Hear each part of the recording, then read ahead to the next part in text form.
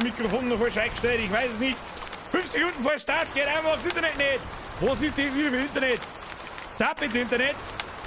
Ein bisschen leise, sonst, ja genau, freilich, der mir jetzt ein Mikrofon-Firmware-Update machen, ist ja klar. Ist ja klar! Der Feier hat ja noch nie nicht gehabt. Los! Allem jetzt, wieso? Warte mal, jetzt hier, ihr hört einen Regensound, gell? Das ist nix. Das ist nix. Jetzt hört es nicht mehr. Seit wann ist denn das wieder? Jetzt hört es nicht mehr. Ich hab nix da! Seit wann ist denn das wieder? Nix! Ich hab nix da! Seit wann ist denn das wieder? Nix! Warum ich mich selber? Hab grad nix wieder! Nix! Wart, keine Ahnung, hab ich! Oh, ist kaputt! Keine Ahnung! Ich weiß da auch nicht. Ja, ich hab was umgestellt und ich weiß aber nicht mehr, was denn jetzt. Lass mich in Ruhe! Grüß Gott, bei da! Hier ist 1 Bierger, Montag 20. Schwitzt nicht wieder die Drecksau, erinnert 400 Grad. Jetzt geht die Scheiße schon wieder los. Hauptsache die Scheiße geht los, das ist wichtig. So, jetzt mal so. Grüß mir erstmal in den Sauerfall, wenn ich jemals da irgendwas lesen kann. Warum ist der Text da so verschissen riesig? Was ist denn da? Das hab ich nicht gemacht. Nein, das hab ich nicht gemacht. Nein? Mach zu. Was ist das wieder? Was? Ah!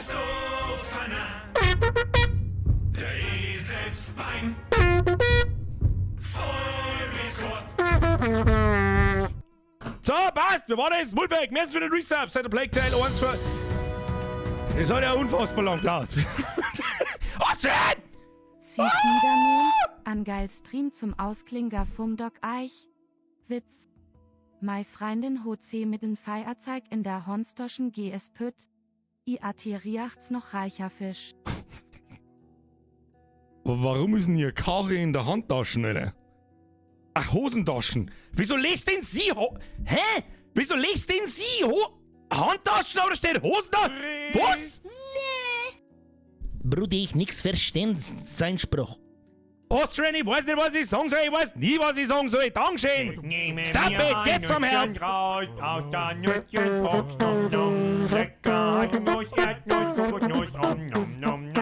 Ich weiß nicht, wer das wieder war. Ich glaube, das war der Mothersepp oder der Black Beast oder... Wer war's denn? Lügensepp, merci dir. Der Black Beast war's. Welcome to the squad, merci Black Beast. Wir hätten gleich jetzt schildert die Kniescheibe. Ich hätte so gern was verzeihen.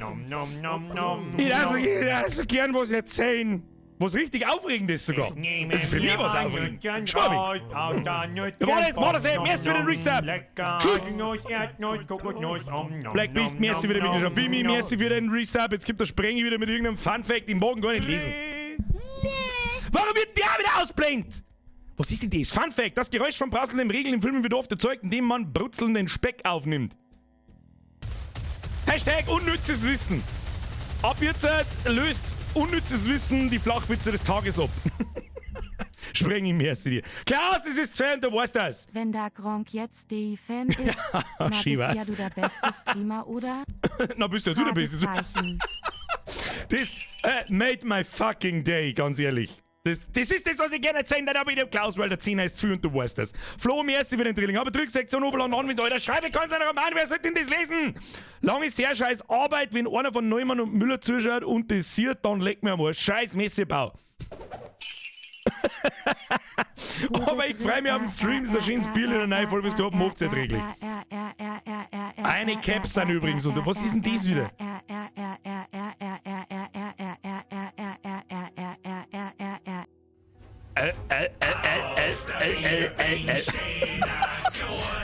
Leute, danke schön. Frank, merci für deinen Zwickel. Franz, merci für den 5 und merci für den Euro von vorher.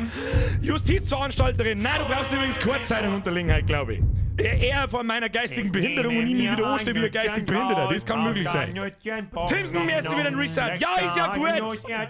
Ist ja gut. Das war für den Alexa.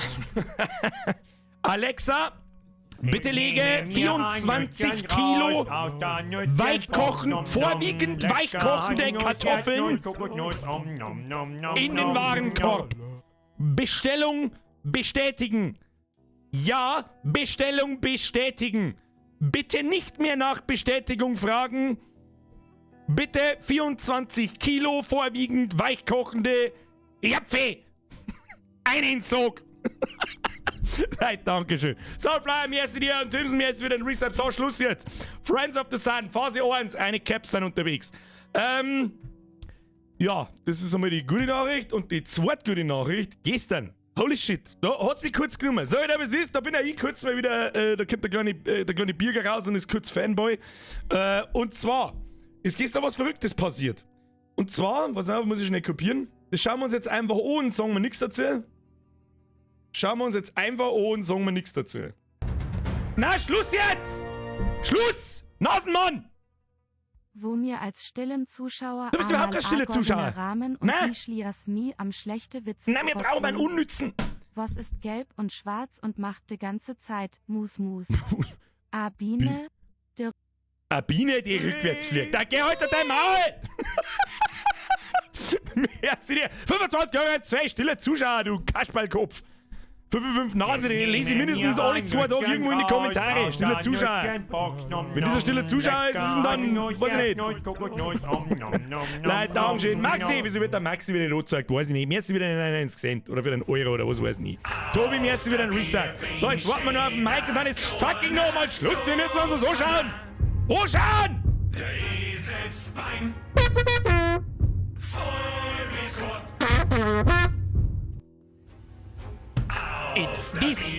This never has an end. It's every day, same shit, a different day. Der Franzen. So, wo ich gehört? Morgen Birger, hör auf mit der Alexa, du Oisi, du. Was ist denn der Oisi, Alter? Ha, Cap der Kreid und freu mich schon ungemein. Wer übrigens noch eins braucht, ich glaube, Bavarian Caps hat wirklich immer noch welche. Also es ist nicht mehr ganz so krass, ich habe meine weitergekriegt, ich habe diesem Jahr ein bisschen weniger Werbung gemacht, Bavarian Caps selber. Wer noch eins braucht, da gibt es auch Autogrammkarten dazu, ja, das ist von mir unterschrieben und nicht von irgendeinem Praktikanten bei Bavarian Caps, habe ich einen extra zugeschickt. Wer noch eins braucht, bei Bavarian Caps gibt es noch welche. Und das diesmal übrig geblieben sind, länger wie ein Tag, wird so schnell keine neue mehr geben, zumindest nicht bei mir. Also wer jetzt unbedingt von mir unbedingt eins haben wollte, passt so. Podcast-Folge wieder Hops Ohrenkenner, Hobgestan, Marathon Grillen und Saufen. Marathon Grillen ist eine gute Idee. Was gestern? Gestern saufen, dass du heute nicht dort müssen. 3 Kisten Gustl sind dort zu viel gleich weg gewesen. Ja, das geht. Aber dass du heute so sauber schreibst und überhaupt anwesend bist, das irritiert mich wenig. Marasepp, merci dir. Mike, merci wieder ein Reset. Hab dritte super Podcast-Folge. Wieder hab's leider erst heute Ohrenkenner, hab gestern Marathon Grillen. Nein, jetzt Moment mal, ich bin verrutscht. Hab dritte Bücherschädig, das ist Sabi aus Nürnberg. Wie geht's euch? Geht geiler Wichser! Karl Sepp, jetzt wieder ein Reset, so der Ruhetag ist jetzt erledigt. Schluss jetzt! Mir ein Nütchen raus aus der Nütchenbox, Ob man da irgendwann einmal das Hirn stehen bleibt, bin unschlüssig. Es ist immer, wir müssen um 10 noch zum Später fahren. Schluss jetzt! Der Handkerchief hat 2 Tip-Top-Caps. Ja, ich weiß nicht, ob eins da so Tip-Top ist. Oder ich tue mich schon gerade den Handkerchief da, ich bin schon richtig. Der Feiernamen. Handkerchief, der Feiernamen! Maxi! Merci für die Mitgliedschaft! Ab in den Chat habe ich Maxi, wenn ich mich mache das raus. Und der Sepp Reset für 22 Monate. Ich raste aus. Können wir mir jetzt bitte schön anschauen, was gestern passiert ist? So, wer war jetzt der Sepp, der Letzte? So, nein, der Sepp ist natürlich der schwimmt ganz dran drauf. Der, weiß ich nicht, da, das ist Matto. Der schwimmt der Letzte und der schwimmt den Letzten mit den Schwimmflügeln hinten rein. So, Schluss jetzt! Und direkt INTN. Frisch aus dem Urlaub zurück. Gott sei Dank steht meiner in 2 Wochen erst bevor. Holy shit! In Albanien ja richtig gehört. In Albanien kann man Urlaub machen. Du bist wieder heimgekommen. Ist erst aufgekommen, das Land Trust. Der Kappe passt immer mega perfekt zum Urlaub. Sehr schön, das wollte ich hören. Leute, Dankeschön. Ist gut jetzt. Alert Sounds aus. Wir schauen uns jetzt was an.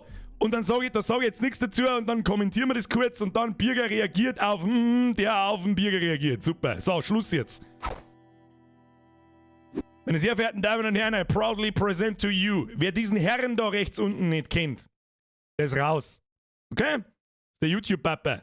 Der hat schon Schluss jetzt! Muss ich da jetzt den Mike drüberlegen? Bist du besoffen? Nein! Aus! Pfui! So, Mike, merci. Was treiben wir heute?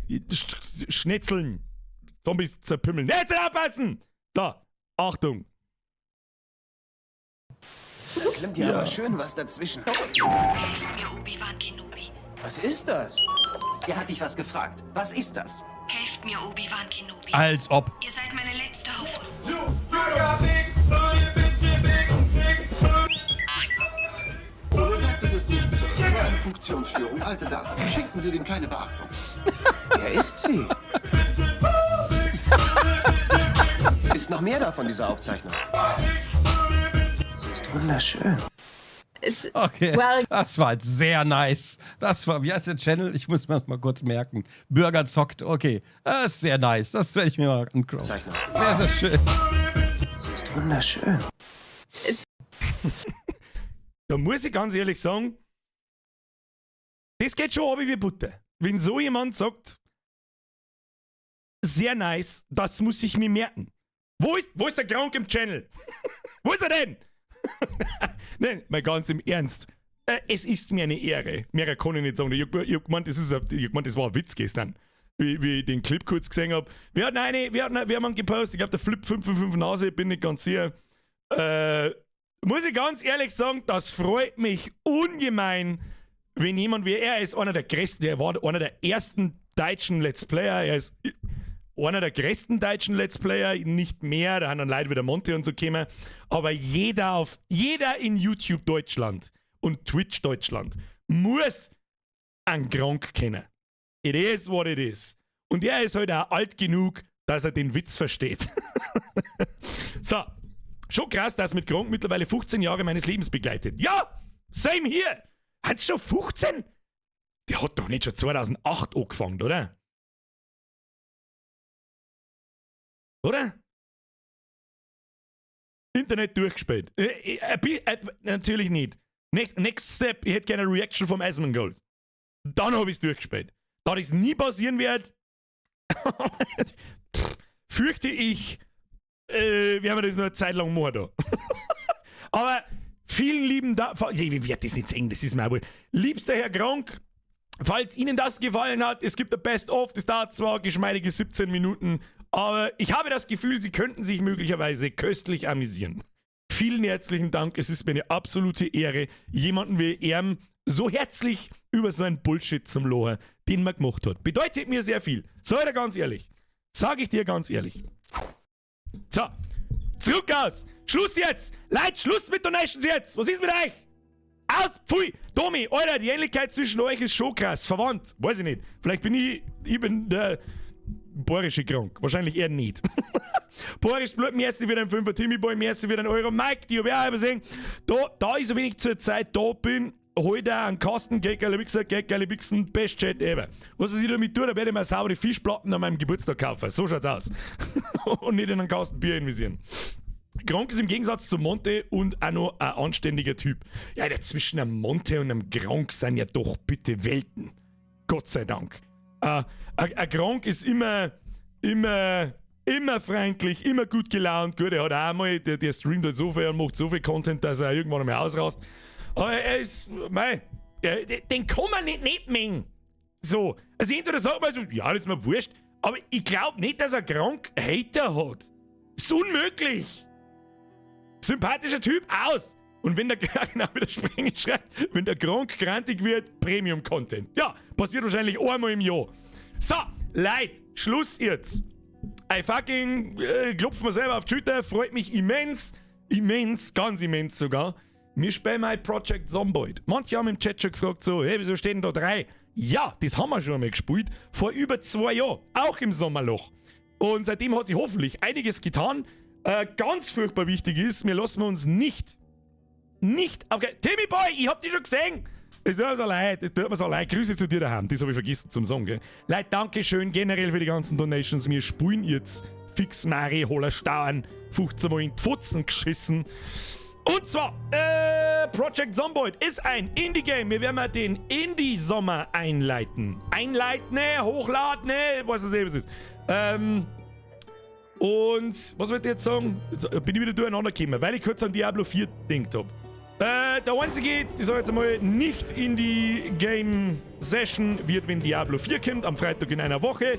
Da wird es einen Stream-Marathon geben, ich werde noch bekannt geben, da werden wir mir von Freitag bis Mittwoch und unterbrochen jeden Tag durchstreamen, so viel wie ich kann. Das habe ich noch nie gemacht, ich werde es wahrscheinlich, weiß ich kann nicht einschätzen, wie es wird. Entweder werde ich es hassen, oder ich werde es lieben, oder vielleicht ist es mir einfach wurscht, keine Ahnung, ich sitze 8 Stunden da und so kein Wort. Kann auch passieren.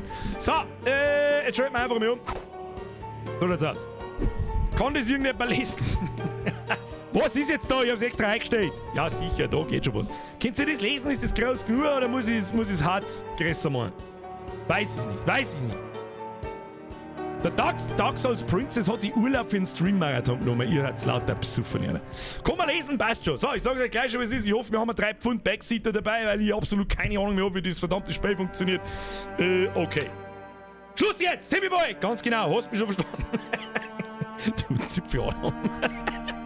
So, wir spielen Einzelspieler, wie wir das normalerweise immer machen. So, da sind wir nun. Akopalypse, Schleichen bevorzugt, kurze Lebensdauer, Kämpfe am besten vermeiden. Das ist schlecht für uns. Ich mag ja Zombie-Hirnbrei-Barzletten irgendwo haben. Das Allerwichtigste, bevor jetzt irgendjemand das erste Mal die Grafik von dem Spiel sieht. Indie-Game Sommer. Heißt, beziehungsweise wohnt in der Grafik ist nicht wichtig Straße. Okay? Und ist die kleine Schwester von Grafik, Bitch, jetzt halt einmal der Fotzen. Okay? Das ist wichtig. Oder gibt's ein Tutorial? Ich bin Pro-Gamer, ich brauche kein Tutorial. Ja, das ist wichtig. Ich habe auch Urlaub ab 2. bis zum 9. Juni. Am 9. Juni sitze ich hoffentlich schon an Mallorca am Strand, hab Geburtstag und gondel mir den 14. Cocktail ins Maul. So, also ich glaube so, das sind so Szenarien, Filmstudio und was weiß ich, wo all die besten Filme gedreht werden. Okay, keine Ahnung, was das alles ist. Wo ist der Unterschied zwischen Apokalypse und Überlebender? Verstärkte Kämpfe, längere Lebensdauer, ein herausfordernder Spielstil, der auf dem vorherigen Survival-Modus von PZ basiert. Was ist ein PZ? Project Zomboid, okay. Birgit, du bist schon wieder so lost, das ist unfassbar. Ich würde sagen Überlebender, oder? Ist so das the usual experience. Steht da unten. Survival-Modus. So lang. Gibt's eigentlich irgendein Ziel? Ich glaube nicht. Gehen wir mal weiter. So, wähle die Stadtumgebung. Oh Gott, Birger, was ist denn heute? Es hat 34 Grad. Was, es hat 34 Grad da herin, 38 Grad in meinem Hirn, 44 Grad in meinen Hosen und leck mich. Muldraw, Riverside, Rosewood, West Point. Du, ich hab absolut keine Ahnung. Ich hätte mir jetzt eigentlich gewünscht, dass wir endlich schon mal unser Abstimmungstool hätten, weil dann hätte ich jetzt die 4 Dinger einfach klick und ihr stimmt's ab. Auge. Sauber laut, ist's laut? Okay, Musik drehen wir dann gleich over, das kann ich jetzt gerade nicht. Nimm irgendwas in Kentucky. Was ist denn in Kentucky? Ich weiß nicht, wo Kentucky ist. Ich weiß wirklich nicht, wo Kentucky ist. Schuss jetzt! Fenris! Bürger schauen, größer Abi lernen. Scheiß aufs Abi. Kannst du nicht brauchen. Bei mir lernst du wenigstens noch was. Wenn Zombie-Apokalypse ausbricht, weißt du, wie du am schnellen drauf gehst. Hauptmann! Der wird wahrscheinlich mir nicht rot sagen. Merci wieder ein Resub. Metal Bürger! Ist ja schon wieder Zeit, wenn du das da weiter tust. Da hätten wir mal einen Haufen Games angefangen. Aber nur 1-2 Mal Extreme. Besoffener Uhu. Herzl. Kentucky schreit ficken. So schaut's aus. Botchero darfst du schon schreiben, bis normal ist. Ich sag das jetzt so, es ist, ich hab doch keine Ahnung, es ist doch scheißegal, wo wir anfangen, oder? Was schaut denn gut aus? Das schaut groß und gut aus. Nehmen wir West Point, hä? Ist das? Birger, was ist mit unserem alten Spielstand? Ja, hochwimmer, der ist erstens 2 Jahre alt. Ich glaube, das Spiel unterstützt keine Steam Cloud und ich habe einen neuen Rechner, von daher hoppala. Upsi. Upsi. Außerdem haben wir damals nicht gestorben. Wir haben ja doch mit Sicherheit gestorben, oder? Ich bin nur dann absichtlich in die Viecher ein oder so. Citypix, negativ bewerten für Fake-Shirts hat funktioniert. Habe ich schon gelesen. Aber lasst das mal, da haben wir eventuell schon einen Plan. KY Kentucky. Ist KY Kentucky? Achso. Ich nehme irgendwas in Kentucky. Jetzt habe ich es verstanden, Sprengi. Ärgerlich, wenn Idioten deine Witze nicht verstehen. Was nehmen wir? Ich weiß nicht. Muldraw hört sich gut an. Das nehmen wir jetzt. Druck weiter. Wird schon passen. So, die scheiß Musik ist so laut. Müssen wir nochmal zurück. Geh zurück. Wir gehen wieder zurück. Was legal? Da steht legal. Was legal? Weiß ich nicht. Egal. Legal, illegal. Scheißegal. Verbleibende Punkte 8. Okay, also. Ein bisschen anders. Es hat schon harte DayZ-Vibes. Bloß ist irgendwie das ganze Ding 100-mal komplizierter und, was heißt komplizierter, komplexer und vielseitiger als DayZ. Auch wenn es nicht so unfassbar gut ausschaut. Ja, aber da lassen wir uns nicht ab. Es gibt Perks. Das heißt, negative Perks und positive Perks und wir haben jetzt da 8 Punkte zum Verteilen. Wenn wir uns da irgendwelche negativen Perks einbauen, dann haben wir entsprechend mehrere. Zum Beispiel gesunder Appetit und heißt, ich muss öfter essen. Gibt uns aber plus 4 Punkte. Nehmen wir natürlich nicht. Ich hab doch keine Ahnung, was gut ist. Ich sag das, wie es ist.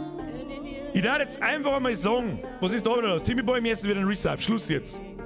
Ich darf jetzt einfach einmal sagen, Naturbursche, kostet 2 Punkte, schlechtes Wetter hat keinen Einfluss, das heißt, wenn es regnet, schneit oder sonst irgendwas, ist uns das wurscht. Zusätzliche Orientierungsfähigkeit, was das bedeutet, das weiß kein Mensch, aber das hört sich gut und das nehmen wir mal. Ersthelfer, weiß, wie man Bisswunden zunäht. +1 Humanmedizin. Sorry, der kostet 4 Punkte, nehme ich mit. Komm mal, Brauer, sorry, oh, da gibt's so viel gute. Alter, da gibt's welche, die kosten 10. Athletisch, kann länger laufen, ohne zu ermüden. +4 Fitness. Stark, Jäger, dickhäutig. Kostet uns einen Haufen Punkte, da müssen wir uns so, so Negativ-Perks geben. Und ich glaube, das der wir nicht. Was ist denn das? Kamel. Benötigt weniger Wasser, um zu überleben. Nein, also weniger Essen und weniger Trinken ist mit Sicherheit saustark. Fischer.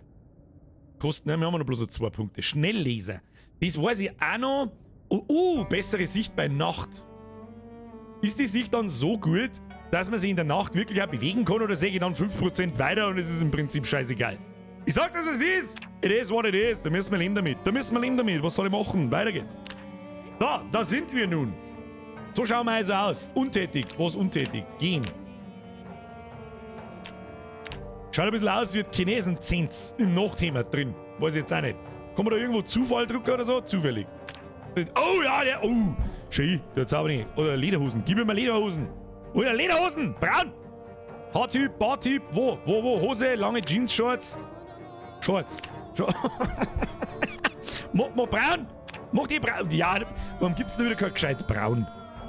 Was ist denn das wieder? Hose? Nix da? Nein, mal so. Was ändert sich da überhaupt irgendwie die Farbe? Machen wir so? Oder?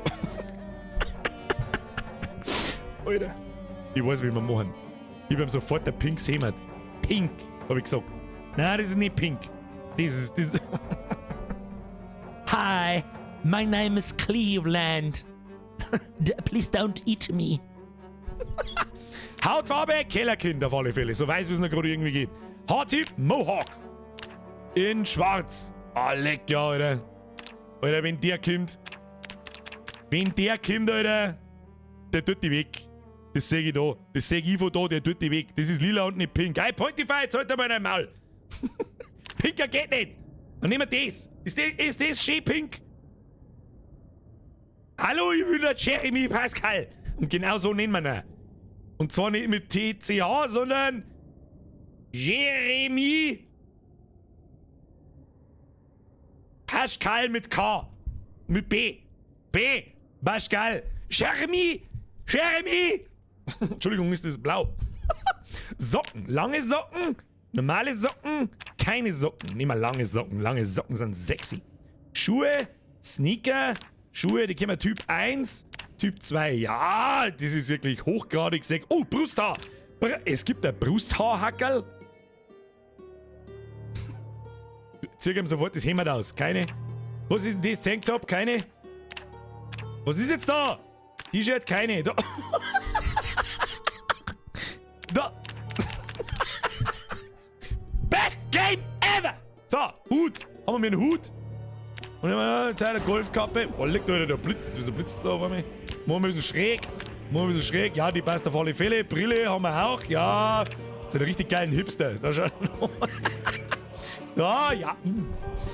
Wenn das, Alter, ich flipp aus, Alter. Das ist der beste Charakter-Editor, den ich seit langem gesehen habe. So, formelles Hemd. Wir haben ein kurzärmeliges Hemd. Und wir haben ein Hawaii-Hemd. Ja, Hawaii-Hemd in Pink. Hawaii-Hemd in Pink. Gib nochmal Pink. Ja. Es wird immer besser. T-Shirt. Was passiert, wenn man da ein langärmeliges T-Shirt... Oh ja, es wird immer besser. Und das machen wir in Kontrastblau. Nein, das wollte ich nicht. Warte, so. Und das grüne Ding machen wir rot. Nein. Gelb. Ja, Mann. Kann man einen Hut auch Farbe geben? Brille, Typ, Titan, Golfkappe, Typ 1, 2, was ist denn die kreisligste? Die ist schon gescheit bunt. Oh ja. Alter, der geht auf Modenschau. Der Typ ist, glaube ich, in der Jury bei Germany's Next Topmodel und sagt... Nein, also Melanie hat aber wirklich kein Foto für dich. Nein. Das nächste Mal gehst bitte kotzen, bevor wir ein Foto machen. So, Schluss jetzt! Stoppel! Klicke hoch. Haare, Stoppel, klicke auf. Passt ja. So, wenn das der Jeremy Pascal... Socken weiß. Socken weiß ist ein guter Punkt. Lange Socken... Weiß. Ja. Nein. Nein. Warte mal. Oh. Schau da noch. Die Daten so gern größer machen, aber uns Säcken nicht besser. Ja, Biobandaletten gibt's leider keine, sonst hätte ich ihm sicher nicht gegeben. Ja, Jeremy Pascal. Speichern. Jeremy Pascal, den kann man gleich mal als Charakter speichern. Das ist ein guter, der ist richtig stabil. Der ist richtig stabil. So, jetzt sind wir auf Spielen und schauen wir, was passiert. Bevor wir... das ist die Endzeit. Geiler Soundtrack. Es gibt keine Hoffnung zu überleben. Ich glaube, das ist ja der einzige Drive, den man im Spiel hat. Einfach nur überleben. Und das, du spielst im Prinzip deine Geschichte, wie du gestorben bist. Weil irgendwann verreckst du einfach.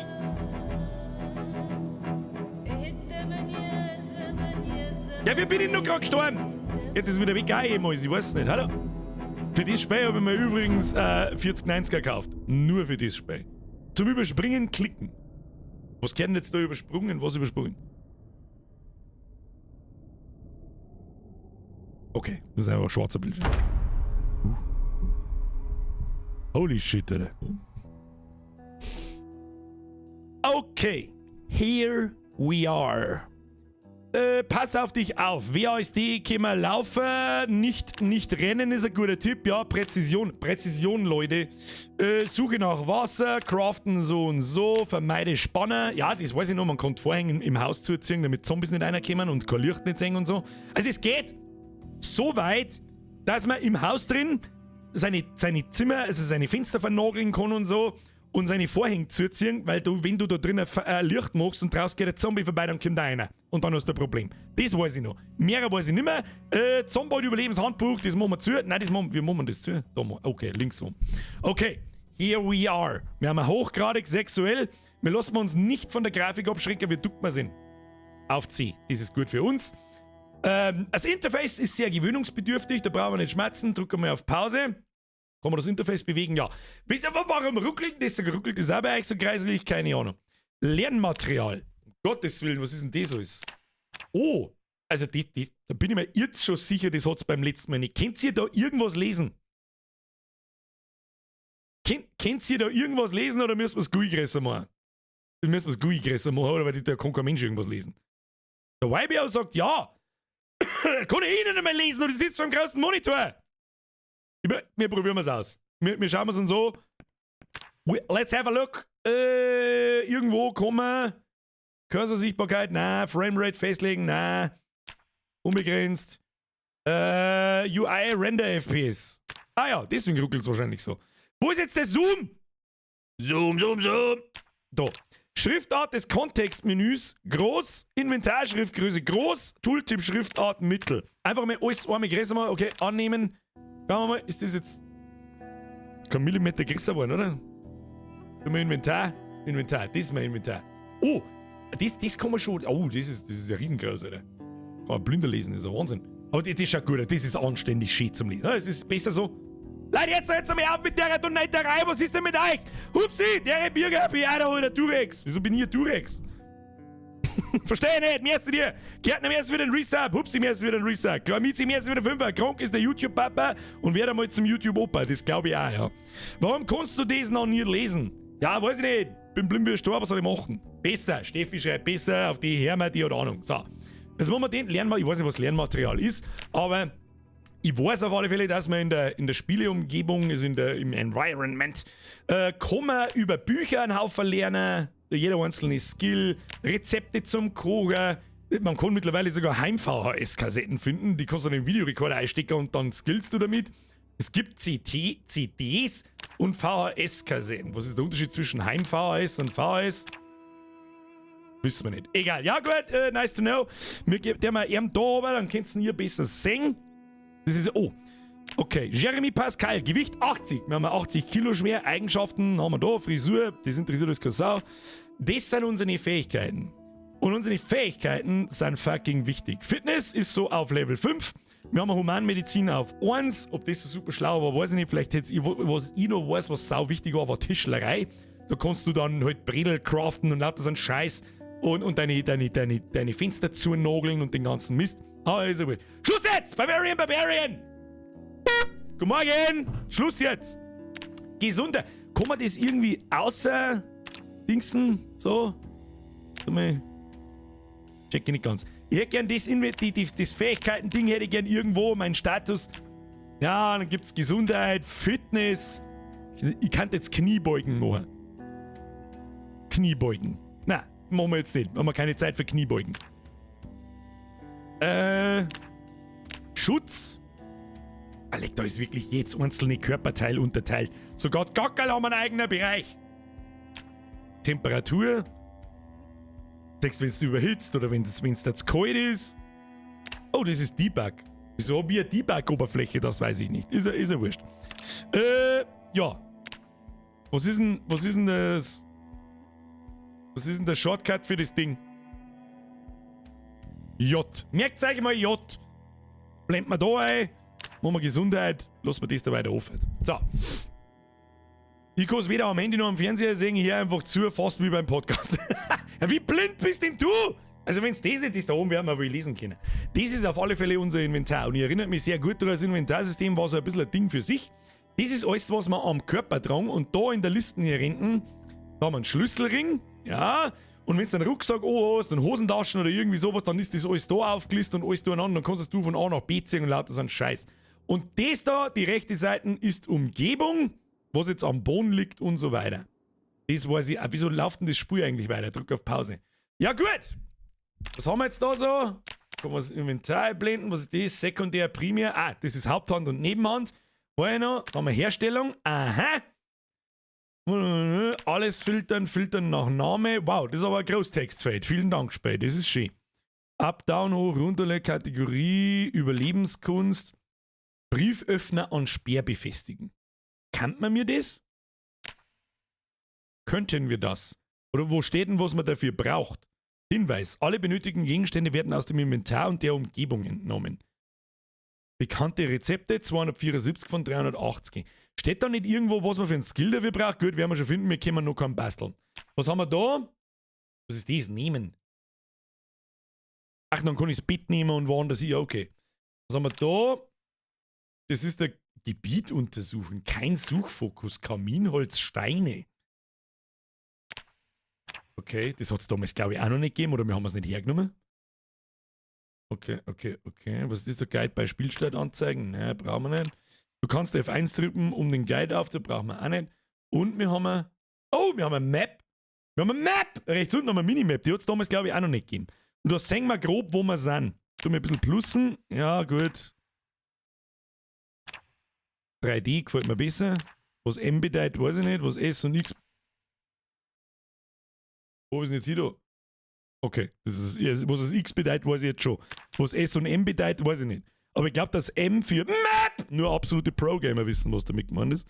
Indem wir jetzt da, weißt du was, intuitiver tue ich mein Minimap da rechts auf. Sag ich dir, wie es ist. Weiß ich nicht, bin ich einfach besser gewohnt. Kann man die irgendwie größer machen oder so? Machen wir größer, das Ding. Das ist ja wirklich winzig. Wer sollte denn da was lesen können? Gut. So. Jetzt haben wir da. Was ist? Map! Was kann ich denn da mal benötigen? Einen Stift oder? Man konnte auf der Map Sachen einzeichnen. Das ist ja voll geil. Das hat es definitiv auf alle. Das hat es nicht gegeben. Auf überhaupt keinen Fall hat es das gegeben. Kann ich da jetzt ein Schiff? Ja, wir brauchen einen Stift, oder? Brudi, braucht Stift! Gebiet untersuchen brauchen wir auch nicht. Ja, gut. Dann da die sagen. Bewegen wir uns mal. Oh, okay, auf Leertaste.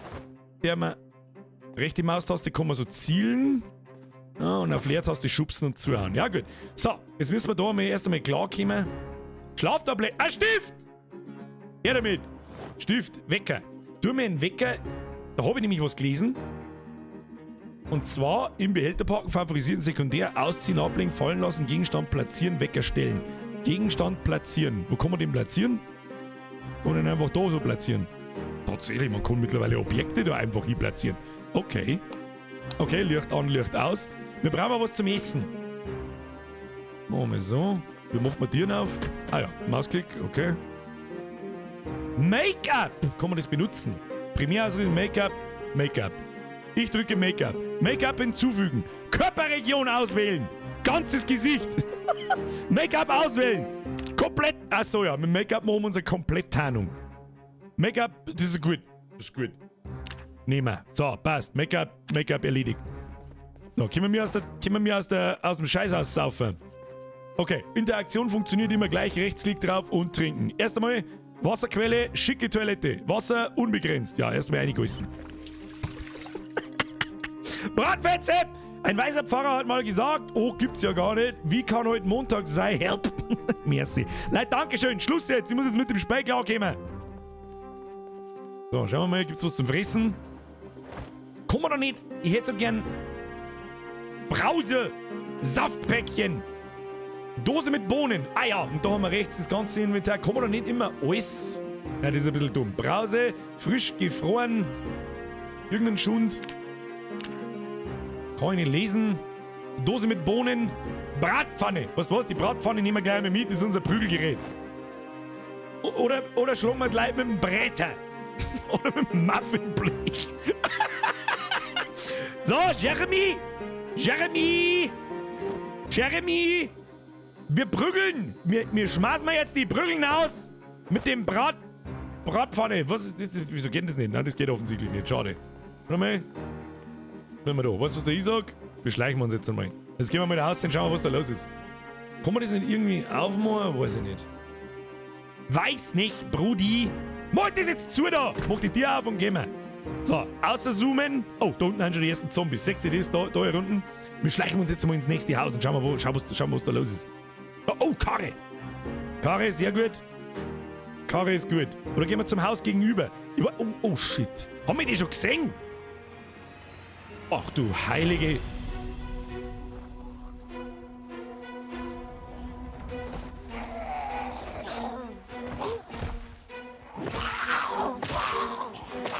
Hast du Loot dabei?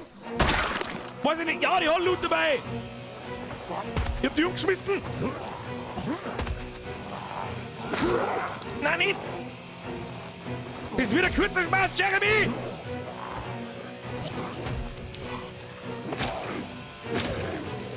Ja! Ich weiß nicht, wie es geht. Ich steig auf den Kopf drauf, du Arschloch. So, ducken. Der hat Dörrfleisch. Dörrfleisch, nehmen wir mit. Du hast da... Oh Gott im Himmel, Leute. Wegstellen, anziehen. Linkes Handgelenk. Tanktop, Bloody. Trockenfleisch. Trockenfleisch. Essen wir erst einmal. Erst einmal das Trockenfleisch, Alter. Oh, ich hab leichte Wehwehchen. Ja, ich weiß nicht warum habe ich leichte Wehwehchen. Das versteht's nicht ganz, muss ich sagen. Militär-Camo-Shorts. Die ziehen wir an. Wolleck, halterloser BH. Anziehen. Hawaii-Hemd. Auf den Boden droppen. T-Shirt langärmelig. Auf den Boden droppen. Tanktop. Auf den Boden droppen.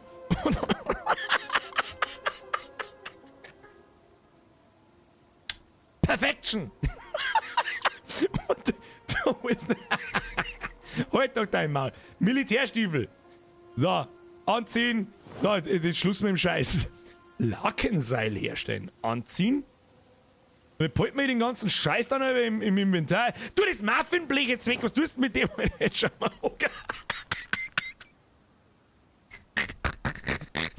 Best Game ever. So. Mir sagt da das alles gar nichts. Vielleicht sollten wir uns da ein T-Shirt anziehen. Nein, das nächste T-Shirt, das wir finden, müssen wir so ziehen. Okay, gehen wir. Was hat der dabei?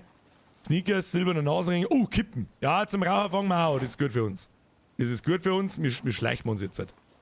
Wir kommen das da oben zu, man. Das muss doch intuitiver gehen per Tastendruck, oder? Da oben ist ein Batzen Zombies. Wir schleichen uns jetzt. Die haben wir sauber gekillt. Weg damit, weg damit. Oh, da kommt noch einer, Geh mal weg, Da geht's. So, Loot. Eine Schere. Schere nehmen wir mit. Unterhose mit roten Punkten. Wird einfach immer besser, Alter. Es hilft aber nicht. Es hilft aber nicht.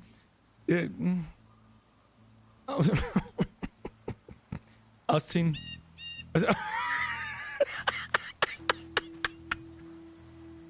Okay, das hat richtig lang gedauert, bis in absoluten Bullshit ausgeartet ist. Herzlichen Glückwunsch, Dankeschön. So, kann man uns jetzt wieder die Hosen, zieh deine Hosen an. Kim, zieh deine Hosen an.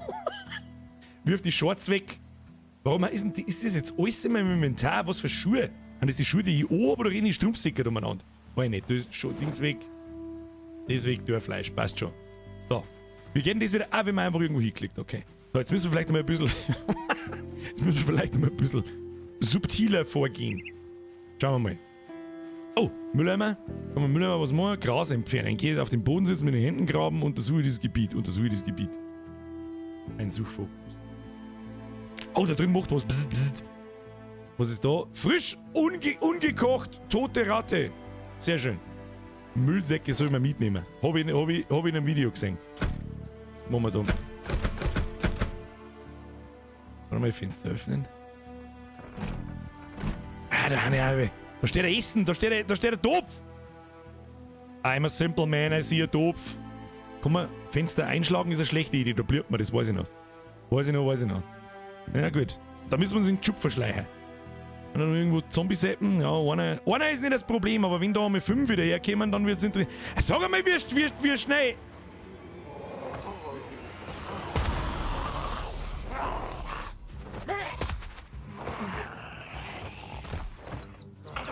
Steven! Woher jetzt? Kannst du mir so Treppen mal wegschubst, du Arschloch! So. Sehr schön!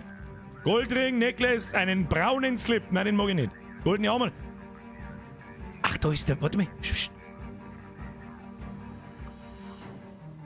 Da ist der Fernseher. Oh, deswegen kann es so schnell kommen. Kann das sein? Holzfällerhemd. Vielleicht sollten wir uns das erst einmal anziehen. Was sagt ihr? Ich bin schon dafür. Tun wir jetzt ein Holzfällerhemd her, das passt zu uns. Dass wir drunter einen BH haben, das weiß ja keiner. Oh, da oben viele Zombies, die brauchen uns nicht sehen. Da dürfen wir uns schleiern. Ich bin auch ein bisschen... Tür öffnen. Ja, das musst du irgendwie abbauen, Tür. Was brauchen wir da? Lötkolben, Schweißermaske. Kruzifix. Ja, wie soll man mir da irgendwo hinkommen? Jetzt gehen wir mal da oben. Wenn sich kein Mensch aus, da liegt der Tote. Ist das normal? Einschlagen und dann Glas entfernen. Aber wir haben ja kein... Oh shit, Alter, da geht's zu ihm auf. Ah! Schleiern Sie einfach von hinten. Okay, nicht so viel laufen. Wir gehen jetzt einfach mal, was weiß ich, wie wir das machen. Ich gehe jetzt da unten lang. Hey, wir haben ja doch die sonst nicht so weit gebaitet. Das ist ein Wahnsinn, wie weit die sehen. Sollen wir uns vielleicht... Gehen wir da unten rundum. Scheiße.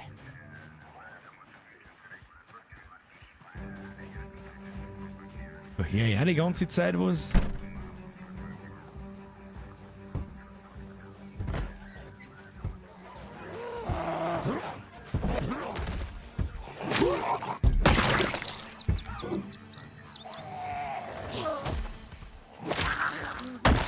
Mann, mir braucht mal Waffen! Irgendwas! Du Arschloch! Man, schubsen geht schon, aber auch nicht. Da gibt noch einer, weil das ist der Ghetto-Gangster mit ganz viel Armkittel, G. Hey, Gangster!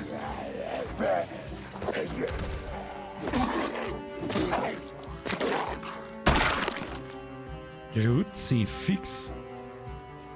Ja, zum Sneaken C drücken, das ist mir schon klar. Ich gehe ja die ganze Zeit so, jetzt gehe ich buglet, okay.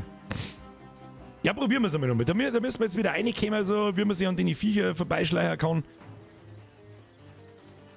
Immer wenn so eine stressige Musik kommt, habe ich so das Gefühl, wir haben einen Trouble. Gehen wir mal da oben auf. Ah, da steht eine Gruppe, das habe ich gesehen. Und beim Haus hinten steht auch eine Gruppe. Wenn mich nicht alles täuscht. Da war zumindest vorher eine. Ich weiß nicht, ob sie die bewegen. Ich weiß ja nicht, wie weit das die sehen. Wenn ich jetzt da so schleicht, dann muss ich doch durchgehen können. Das gibt's ja nicht, oder? Ich kann ja nicht über die ganze Map sehen. Schlag die Fenster ein. Ja, das hören sie aber auch. Ich bin ja schon unterwegs. Das probieren wir jetzt beim nächsten. Warum ist denn da überall ein Radio? Das würde mich mal interessieren. So, mit Map da weiter oben, weil wir nichts sehen. Wir müssen was trinken. Jetzt müssen wir sowieso in die Küche einbrechen. Hilft der nie nicht jetzt. Ich brauche halt einen Gegenstand zum Fenster einschlagen. Nicht irgendwo ein Fenster auf. Ja! Durchklettern. Easy. So, jetzt sneaky. Machen wir so. Achtung. Oh, da ist ein Badfenster. Oh, jetzt kommen sie schon. Ich trinke jetzt da einmal. Kommen die jetzt da einer, ja? Halt doch dein Maul! Muss ich mir jetzt in einem Sehenspei auch so erschrecken? Halt bloß dein Maul! Halt dein Maul! Badehose, T-Shirt, Rock, brauch ich nicht. Müssen wir looten. Looten, Wecker, Zeitung, Blatt Papier. Das ist auch neu, das hat es in dem alten Spei. Was hat es im alten Spei? Das hat es früher nicht gegeben. Zu meiner Zeit hat es das nicht gegeben. Warleck, Fleischerbeil! Mitnehmen! Küchenmesser, mitnehmen! Was haben wir noch? Rotmesser, oh. Nehmen wir alles mit. Dose mit Pilzsuppe, Dose. Haben die jetzt schon herin? Alter, die gehen auf der anderen Seite einfach wieder aussehen. Ah, du Scheiße. Fenster schließen. Bitches. Und wir gehen generell ganz woanders hin. Wir schleichen uns. Oh Gott. Sagt mir jetzt da wieder jemand oder nicht? Oder ich? Oh Gott, wir haben jetzt wieder purer Stress, ich hab nix! Jetzt kommen die da um. Fleischbeil. Primär ausrüsten.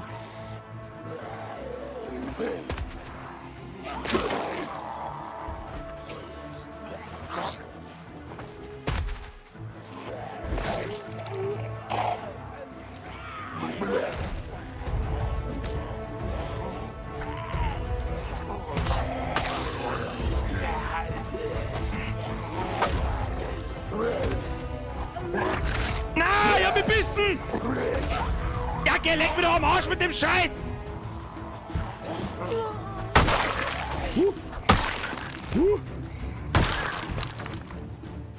Kruzifix. Blöder Platzwund und nicht blieb!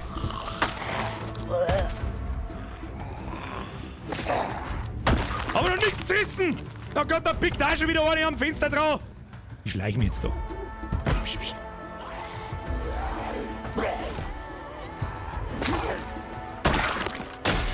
Oh Gott, der möchte ins Haus! Warum möchte er denn ins Haus? Das ist purer Stress, das Schwein! Ich muss mich verarzten. Ich kann mich nicht verarzten. Socken zu binden. Ja, warte, ich glaub da irgendwas auf. Leinen, alles. Haben wir irgendwas? Kopffetzen. Verband anlegen, Kopf. Ja, der ist nicht desinfiziert, das weiß ich schon. Ich hab keine Zeit für die Scheiße jetzt. Wie gehen wir? Das ist absoluter Stress, das Spiel, Mann. Das ist wieder eine gemütliche Geschichte jetzt da. Scheiß Zombies sehen 3 Kilometer weit, du kannst mich mit dem Arsch lecken.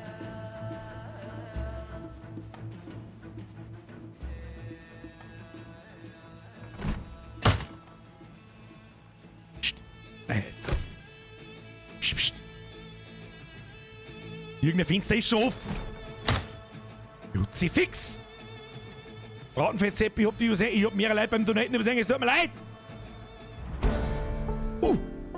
+1 auf Schleichen. Schau hier.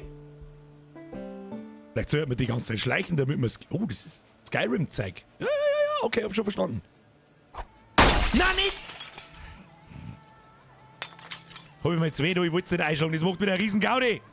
Gesundheit, bandagiert. Geringe Verletzung. Das ist okay, da wären wir schon wieder. Durchklettern. Haben wir schon da. So, was haben wir da? Geschirrtücher. Brauchen wir nicht. Bratpfandl. Ofenhandschuhe. Nö. Was haben wir? Geringfügig verletzt. Und wir haben Schmerzen. Dosenananas. Da haben wir den ganzen Scheiß. Oh, Dosenöffner. Guter Punkt. Dose mit Tomaten, Dose mit Sardinen, Dosen mit Kartoffeln.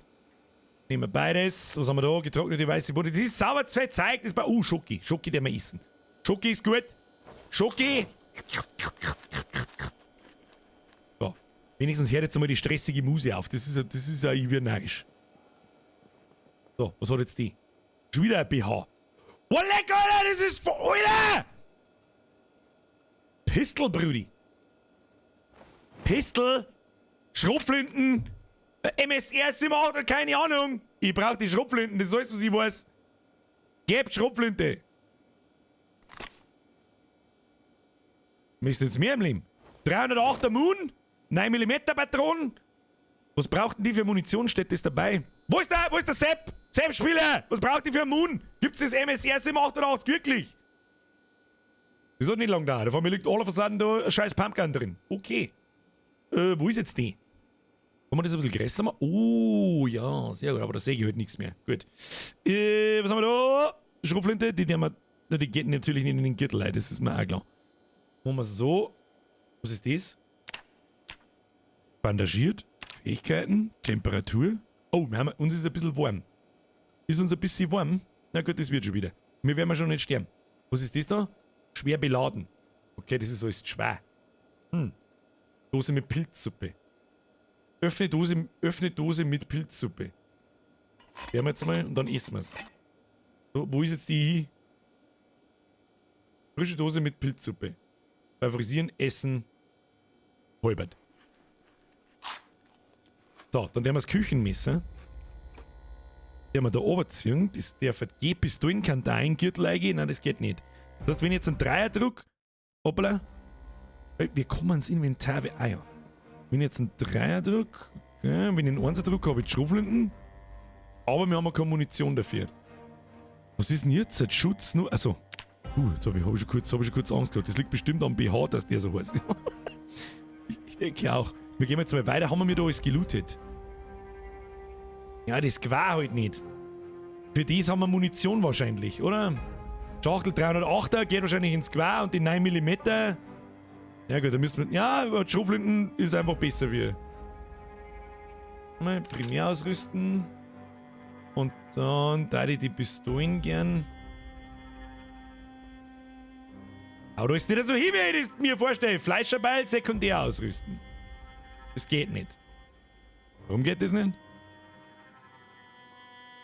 Gegenstand platzieren, im Behälter packen, Entfernung von Rücken, favorisieren, beidhändig ausrüsten, entlade, Spanne, fallen lassen, Gegenstand platzieren. Das macht überhaupt keinen Sinn nicht. Habe ich nur noch einen Schuh an, sage ich das richtig? Wenn ich rechts den Schuh zuschaue, dann habe ich bloß noch einen Schuh an. Weiß ich nicht, was das soll. Wir kriegen jetzt da aus der Schnellleiste da, wir kriegen die Schrotflinten da wieder raus. Für die Pistole brauchst du erst ein Holster. Okay. Okay, das ist legit. Aber man könnte sie auch in den Gürtel stecken. So ist das nicht. Aber wir kriegen jetzt die Schrotflinten wieder aus der Schnellleiste da raus. Alter, bis wir mir herausfinden, wie das Spiel funktioniert, dabei verhungert ich. Jetzt legen wir es dabei einmal am Boden. Wir nehmen die 9mm bis dahin. Ach, die kann ich nicht auf den Rücken da. Das ist der Rücken. Ja gut, das macht Sinn. Naja gut. Dann nehmen wir die Schrotflinten, die nehmen wir auf den Rücken, die nehmen wir natürlich mit. Wie sehr sind wir mir beladen? Wir sind maßlos überladen. Das ist natürlich sauber zu viel. Was werfen wir ab? Wirfen wir die Schau ab, wobei wir die brauchen können. Dörrfleisch weg, 2 mit Dosenananas, müssen wir weg, da hilft nicht. Wir haben noch viel, wir müssen ewig Dose mit Sardinen, Kartoffeln. Die scheiß Schrotflinten ist so schwer. Was ist mit der? Gott, dass da kein Gewicht nicht steht, wie viel was wiegt. Das war noch interessant zum Wissen. Wahrscheinlich steht es auch irgendwo, bloß ich bin wieder zu blöd. Ah, da steht das Gewicht 08, 08, 08, Dosenöffner 06, der Stift 01, Schere 04. Stofffetzen 0,05, Zigaretten 0,01. Die haben relativ. Ah, warte mal, schauen wir mal, ob wir Pistolen. Nein, das wollte ich nicht. Pistolen. Ah ja, die können wir nachladen. Oh, lecker, Alter, die hat sogar die hat eine Laservisier. Was ist das für krasse Pistolen? Was ist mit dir? Nochmal nachladen. Zeigt mir irgendwo, wie viel Schuss das man drin hat. Nicht, gell? Gut, ist wurscht, wir trinken jetzt mal was. Trinken. Und dann waschen wir uns einmal das Blut ab. Waschen, du selber. Bruder, das dauert ewig. Was ist mit dir? Jetzt ist schon 18:40 Uhr. Wir haben total im Arsch. Da steht schon Gewicht. Hab schon gesehen. DJ Bluto! Die hab ich schon lange nicht mehr gelesen. Servus, Meister Flashback. Seit gestern Stream-Ankündigung. Jetzt bin ich mit meinem Stream fertig und jetzt bin ich auch da. Hab gesagt, dass ich da keine Panzerungen mehr hinschmeiß, aber für die Erinnerung mach weiter so. Bleib es bist, no homo, full homo. Merci dir. Und dann den Rest auch. Herr Pat, Herr Bratenfett, Herr Nino, Herr Bastelwastel und alle Küsschen aufs Nüsschen. Wir waschen uns in aller Seelenruhe. Magen-Darm-Geschwür schreibt ans Herz legen. Con Zero Zero steht ebenfalls auf der Liste für den Indie-Sommer. Aber ich sag dir auch was, ich bin davon schon wieder so hart gehuckt, dass es jetzt spät ist. Es ist so ein simples Spiel eigentlich und gleichzeitig so kompliziert, dass es eigentlich richtig feiert. So. Näset, Laken. Laken nehmen wir mit. Machen wir so. Saugglocke, das ist der. Hebert da was? Ja. Wir müssen mal halt irgendwo schlafen. Schuhe. Ich hab doch Schuhe an, oder nicht? Militärstiefel, bloody. Das muss ja gelangen, aber da steht nur Schutz an Arm. Was der Teufel, was da wieder los ist. Einmachglas mit Schraubdeckel. Brauchen wir alles nicht. Ist mir alles wurscht. Wir brechen jetzt in das nächste Haus ein und da, wie macht man Laken? Jetzt passen wir auf, dass wir die Fenster zuhängen können. In irgendeinem Gebäude, wo nicht so viele Fenster sind, dass da nicht Laken anbringen. Ah ja. Also wir können doch Jeanshemd, Kleidung zerreißen, Kleidung zerreißt. Was kriegen wir dann außer? Stofffetzen, aber keine Laken. Wo haben wir die Laken hergekriegt? Wo haben wir die hergekriegt? Schmutzige Bandage. Bandage entfernen. Das ist natürlich nix. Schmutzige Jeansstreifen, schmutzige Stofffetzen. Nehmen wir nicht die schmutzigen, das ist wichtig. Lassen wir so. Haben wir bandagiert, schauen wir wieder gut aus. Gut. Vorhänge brauchen wir. Ja, aber man kann auch Laken davor, das weiß ich noch. Also man kann, pass auf, das können wir ja probieren, man kann die wieder abtun. Laken anbringen. Zack, dann hängen die davor und dann kann man die Vorhänge zuziehen. Und dann ist da zu, dann können keine Zombies reinschauen. Dass wir zumindest den Schlafraum zu haben. Was ist da? Angespannt. Etwas nervös sind wir mir. Geringe Schmerzen, das ist auch nicht so schlau, das da jetzt und geringfügige Schmerzen. Wir haben ja immer noch schwer beladen.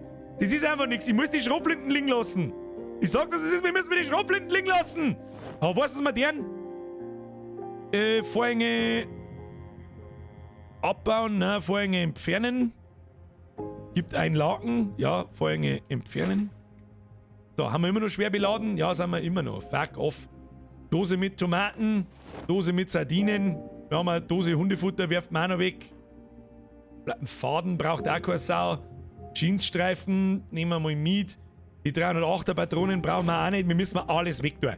Schwer beladen ist einfach schlecht. Ist einfach schlecht. Schmutzige Stofffetzen, weg damit. So, Map. Wir markieren uns, wo die Schrotflinten ist. Das sagt der ich. Da sind wir. Da kann ich da Notiz hinzufügen. Größer ist nicht gegangen. Schrotflinten. Okay. Wow. Kann man das nicht kleiner machen oder so? Kann man das nicht? Also das kleiner machen können, das gibt's ja nicht. Oder das jetzt nicht mehr wegmachen. Steht jetzt da für immer riesengroß Schrotflinten. Seid das richtig? Ja, das gefällt mir aber. Viele Symbole. Ah, das ist das Ding. Okay, machen wir so. Ja, man muss doch das kleiner machen können. Das war ein totaler Chaos. Alle Annotationen entfernen und Kartenwissen vergessen? Ja. Ja, gell, was ist das für ein Chaos? Den Faden brauchst du für den Platzwunden. Das ist ein richtig guter Punkt, aber dazu brauche ich eine Nadel. Jetzt mal so wacht. Mach das klar. Irgendwie muss man es klar machen können, das glaube ich nicht. Nicht vergessen, Schrotflinten. Das muss man doch irgendwie klären, das brauchst du doch nicht verzeihen, dass das nicht geht. Oder? Mal Nähsetnadel. Ja, mit der darf's gehen. Ich sag das jetzt, wie es ist, dann machen wir jetzt so. Das ist ja krass.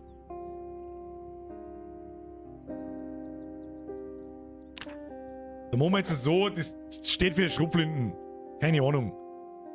Freiwilligen, merci dir. So, wo war Faden? Wo war Nadel? War doch nirgendwo eine Nadel. Schier dir. Was ist jetzt? Oh, jetzt haben wir leichtfüßig geskillt. Das ist ja auch schon mal etwas. Warum genau nimmst du nicht die Buffen? Weil sie zu schwer ist. Und dann bin ich permanent überladen. Und jetzt fängt schon an, ich bin etwas gelangweilt. Beschäftige dich oder lenke dich ab. Da, wir gehen mal. Ach, es ist eh noch nicht finster. In was für einer Kack-Trailer-Park-Siedlung sind wir denn da eigentlich? Da gibt's nix. Gehen wir in die nächste Bude. Das hilft eh nicht. Sind wir da? Wir gehen jetzt einfach mal in die Richtung auf und okay, den stechen wir ab. Sag ich dir, wie es ist.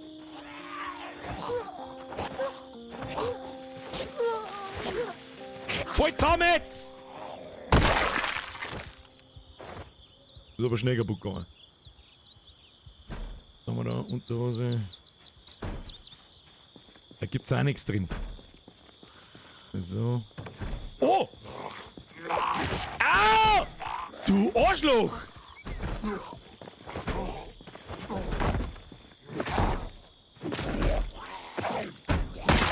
Stirb, du Kasselor, wie du gestungen hast. Da ist noch einer, der hat mit seinem. Kann man da durchgraben, durchklettern, den bringen wir drin um.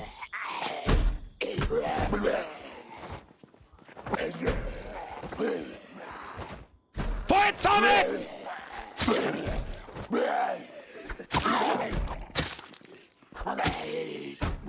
ist aber super Küchenmesser. Stich brauche ich da, 15, wir werden da drin. Nein, das wollte ich nicht. Ja, das wollten wir. Yep. Da. Ja, die scheiß Zombies droppen nix, die haben nix. Hose, Militär-Camo, Camo-Hose, Bissverteidigung, Kratzverteidigung. Die ist eigentlich gar nicht so schlecht.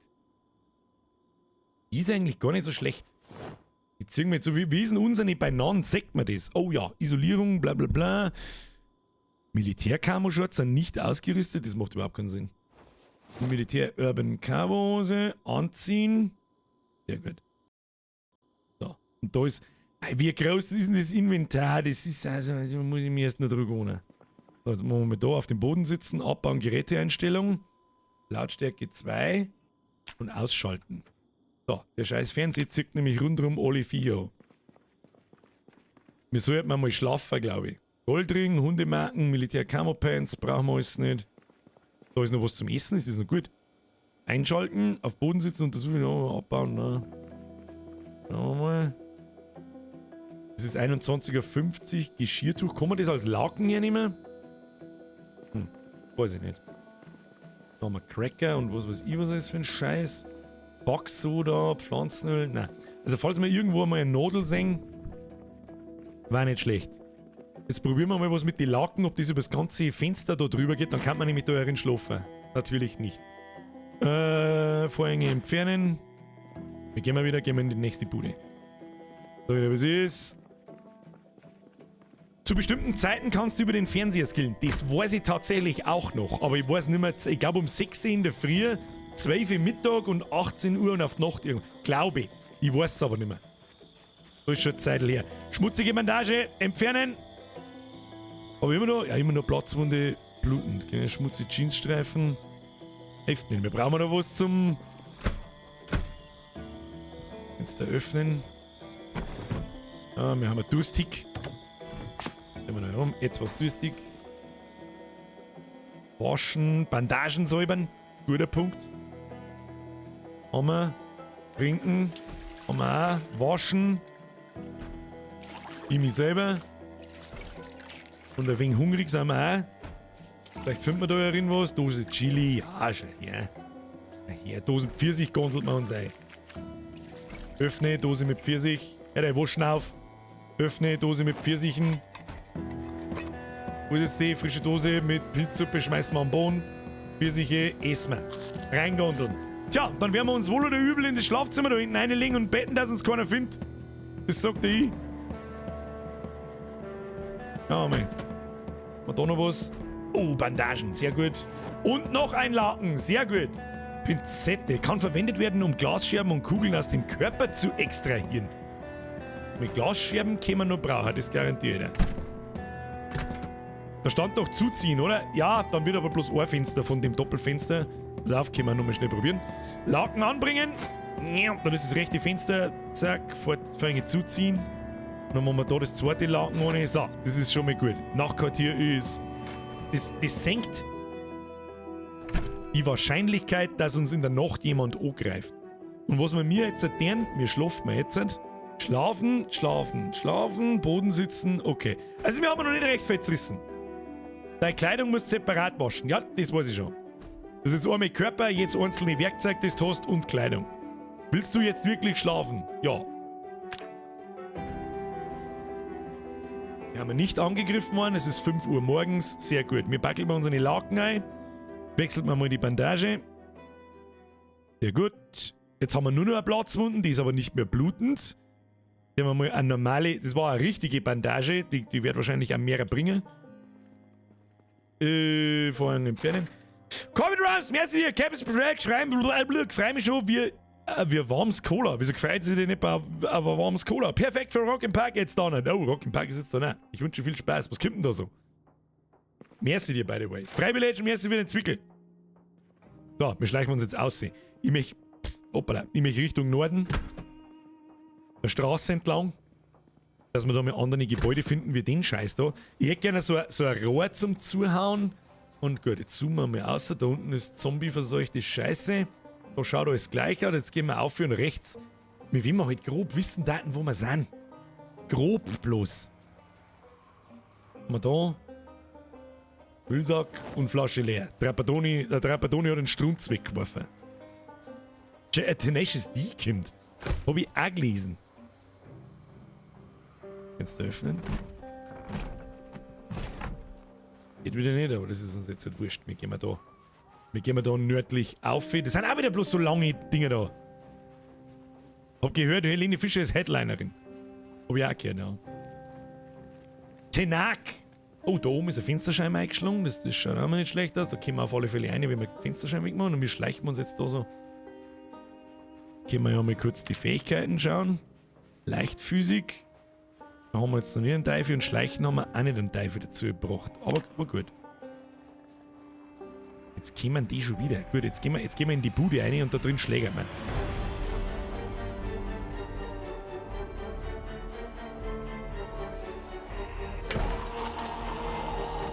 Das war knapp, ja, das war klar.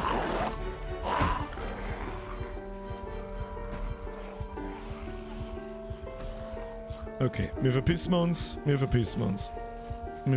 hinter das Häusl. Einfach ein paar Meter mal. Das wird schon gehen dann. Jetzt blüht man schon 2 Stellen, das ist natürlich super schlau. Jetzt rennen wir dann wahrscheinlich in einen anderen Deppenhaufen rein. Ja, da kommt nicht viel, das ist schon mal gut.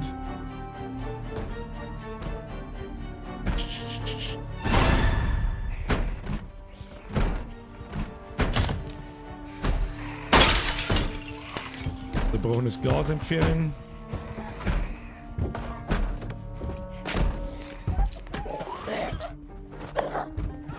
Nicht! Voll um!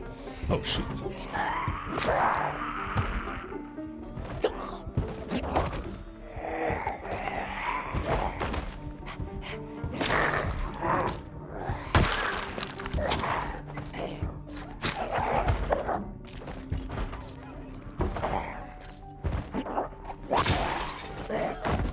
Kriegen wir gleich ein Problem.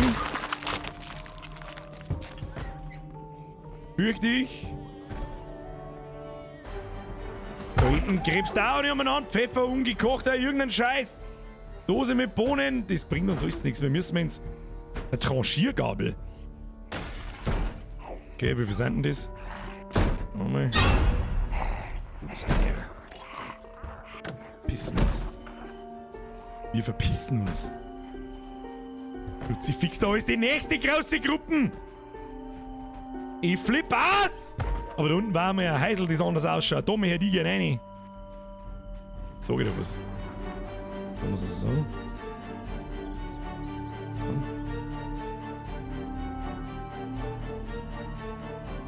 Hängen wir die jetzt oder nicht? Da gehen wir jetzt unten rum und dann hoffen wir. Ja, und da ist auch mal ein anderes Gebäude da links und das große Gebäude, da mag ich rein. Gehen wir mir jetzt rein. So schaut's aus. Da wird schon keiner da sein. Oh Gott, da prügeln sie alle umeinander. Was ist das? Das Waits Motel. Also so richtig gut beieinander haben wir noch nicht. Das sagt ja ich. Was haben wir da? Metallschrott, Müllsack, bla bla bla. Okay. Das sind lauter einzelne Krippen da. Machen wir das dazu. Ach du Scheiße. Wo kommen denn die alle her? Okay, verpissen wir uns. Hilft nicht. Niemals laufen hat's geheißen. Wir gehen nach Norden. Niemals laufen. Kann man da drüber steigen? Nein, kann man natürlich nicht. Oh Gott! Das ist so viel Stress! Der Food Market, der hilft mir auch nicht. Oh Gott, überall. Sag mal, wie soll man in dem Spiel überleben? Was ist da? Uns ist unangenehm heiß. Super. Ja, super, da ist auch einer drin. Freilich ist auch einer drin. Alter, was? Jetzt gehen wir da hinter die Mauern und hoffen wir uns, dass wir uns verstecken können. Natürlich können wir uns nicht. Aber Kruzifix, da sind überall welche! Was ist denn mit denen?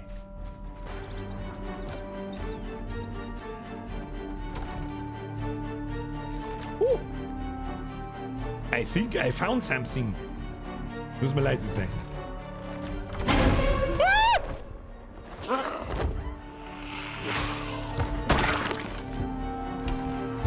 Okay! Das war so ein gutes Haus! Ach Gott, ach komm, Alter.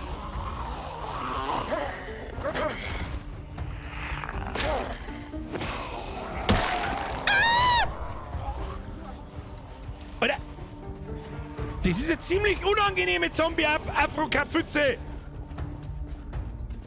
Ich weiß nicht. Oh, da ist ein gutes Haus. Das ist ein gutes Haus, da gehen wir hin. Kann man da drüber klettern oder so? Weiß ich nicht, ich geh jetzt in die Stauen rein. Da werden wir schon gar nicht mehr finden. Ich verstecke mich jetzt da. So, vielleicht haben wir weg. Haben wir weg. Psst. Wetten, dass da drin jetzt auch wieder wuselt? Mein Gott, ich möchte bloß mal irgendein Gebäude finden, wo ich sagen kann, ja. Ist das ein Bait?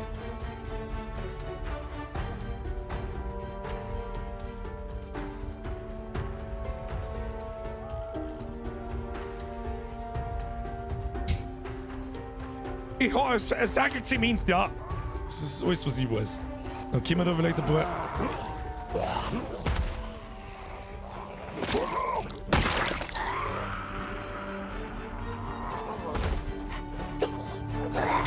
Nein! Ach komm! Ach, geh lauf weg!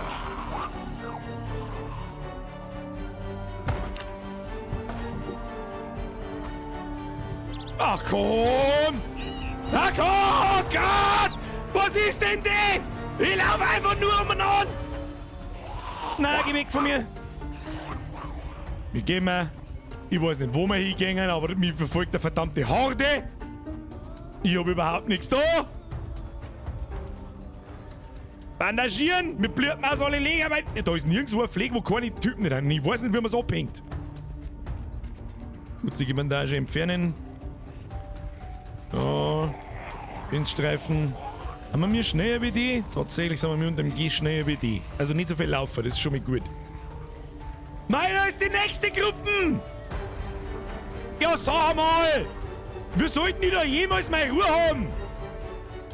Keine 5 Meter kann's gehen, ohne dass da irgendein Trottel umeinander rennt! Ich weiß auch nicht, wie weit man weg sein muss, dass die nicht mehr hören und sehen. Da in irgendeiner Häuslein, keine Ahnung. Achso. Da stehen wieder welche hinter die Bahn. Kann ich da umspringen? Nein, natürlich nicht. Kann ich nicht über den Zaun... Okay, Kimmel. Spielst du auf Difficulty LeBron? Ja, ich bin mir nicht sicher. Man, schau doch mal das an. Was sollst du? Du kannst keine Sekunde... Was soll ich machen? Ich lauf jetzt die Straße da auf. Da steht auch wieder eine Gruppe. Die werden triggert auf 8 Kilometer Entfernung. Man muss doch da mal irgendwo einen Pfleg finden, wo kein... Nein, jetzt...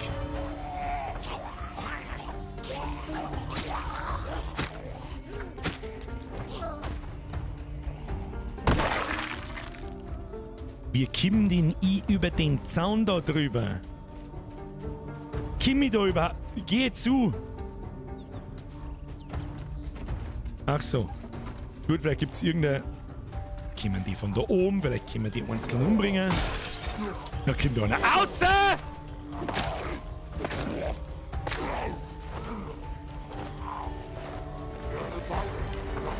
Mei. Ach komm, Alter, was machst denn du?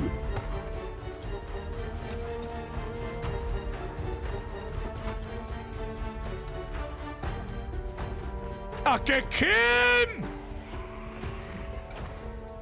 Was ist denn das? Jeremy! Tut mir in dem Spiel was anderes außer laufen!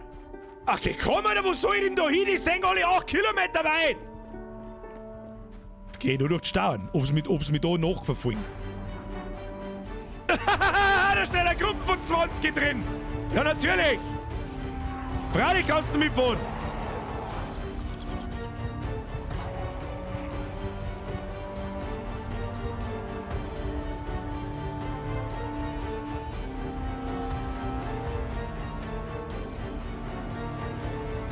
Müssen wir einen Pfleg finden, wo nicht 800 Typen sind. Das ist ja Wahnsinn.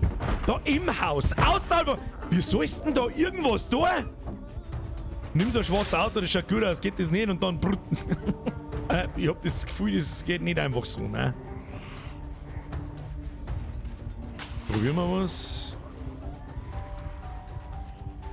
Was ist das für ein Gebäude da? Wie viele Zombies sind da wieder drin? 400. Für den Zaun. Box mal Cloud, guter Punkt. Werden wir gleich anschauen. Chan, mir ist wieder ein 6er.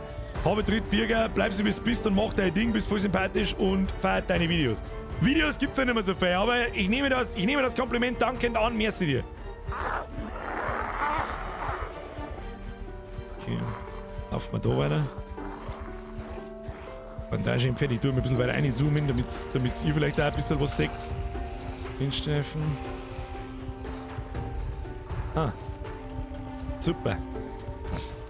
Ja, da hat auch fast gar keiner. Wow! Okay, komm, Alter! Also jetzt mal eine ernste Frage. Ist das normal? Bin ich in irgendeiner Ach komm, Alter. Ist das normal? Ich weiß nicht, was ich tun soll. Ich sag das, was ist. Ich bin total erschöpft. Überall. Es ist ein völliger Irrsinn. Wie sollst du denn das machen?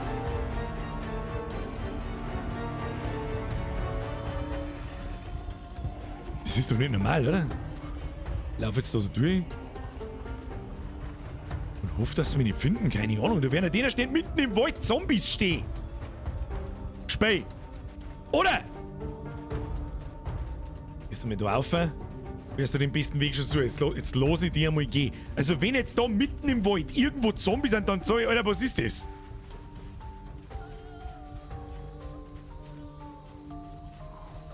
Ich hör schon wieder ein. Na tatsächlich! Hey komm, leck mich da! Achso, der Zombie ist schneller in die Starren wie ich. Ja, ist klar. Macht Sinn. Okay, Kim, Alter! Ja, ist recht, verpiss dich! Ach, leck mich doch am Arsch, Alter. Der Wald verschleiert mir wegen das hilft mir ein Scheißdreck. Also es hilft mir sprichwörtlich in den Scheißdreck, hilft mir das. Handfunk. Dann überall. Du hast nirgendwo einen Meter, wo du mal kurz deine Ruhe hast. Sie lassen wir schon was eingehen, aber was ist denn das für eine Art und Weise? Der Running Simulator, ja. Aber gut, vielleicht haben wir uns auch das schwerste Gebiet ausgesucht, kann natürlich auch sein. Dort, du gehst 5 Meter schneller, die nächsten Zombies da. Jetzt hätte ich so viel Bock auf den Speck gehabt. Du kannst es nicht speien, weil du nirgends hin kannst. Was ist das wieder für ein dummer Scheißdreck? Das ist der Pro-Gamer-Modus. Ja, noch haben wir nicht tot. Mich keinen Ton hören. Aber mittlerweile haben wir so viele Statuseffekte, dass ich... Ja, verpiss dich. Komm halt dein Maul. In irgendein Gebäude, wo wir kurz unsere Ruhe haben, wo wir was essen können, wo wir was trinken können, wo wir... weiß ich nicht, unsere Bandagen waschen können. Irgendwo was weiß niemand.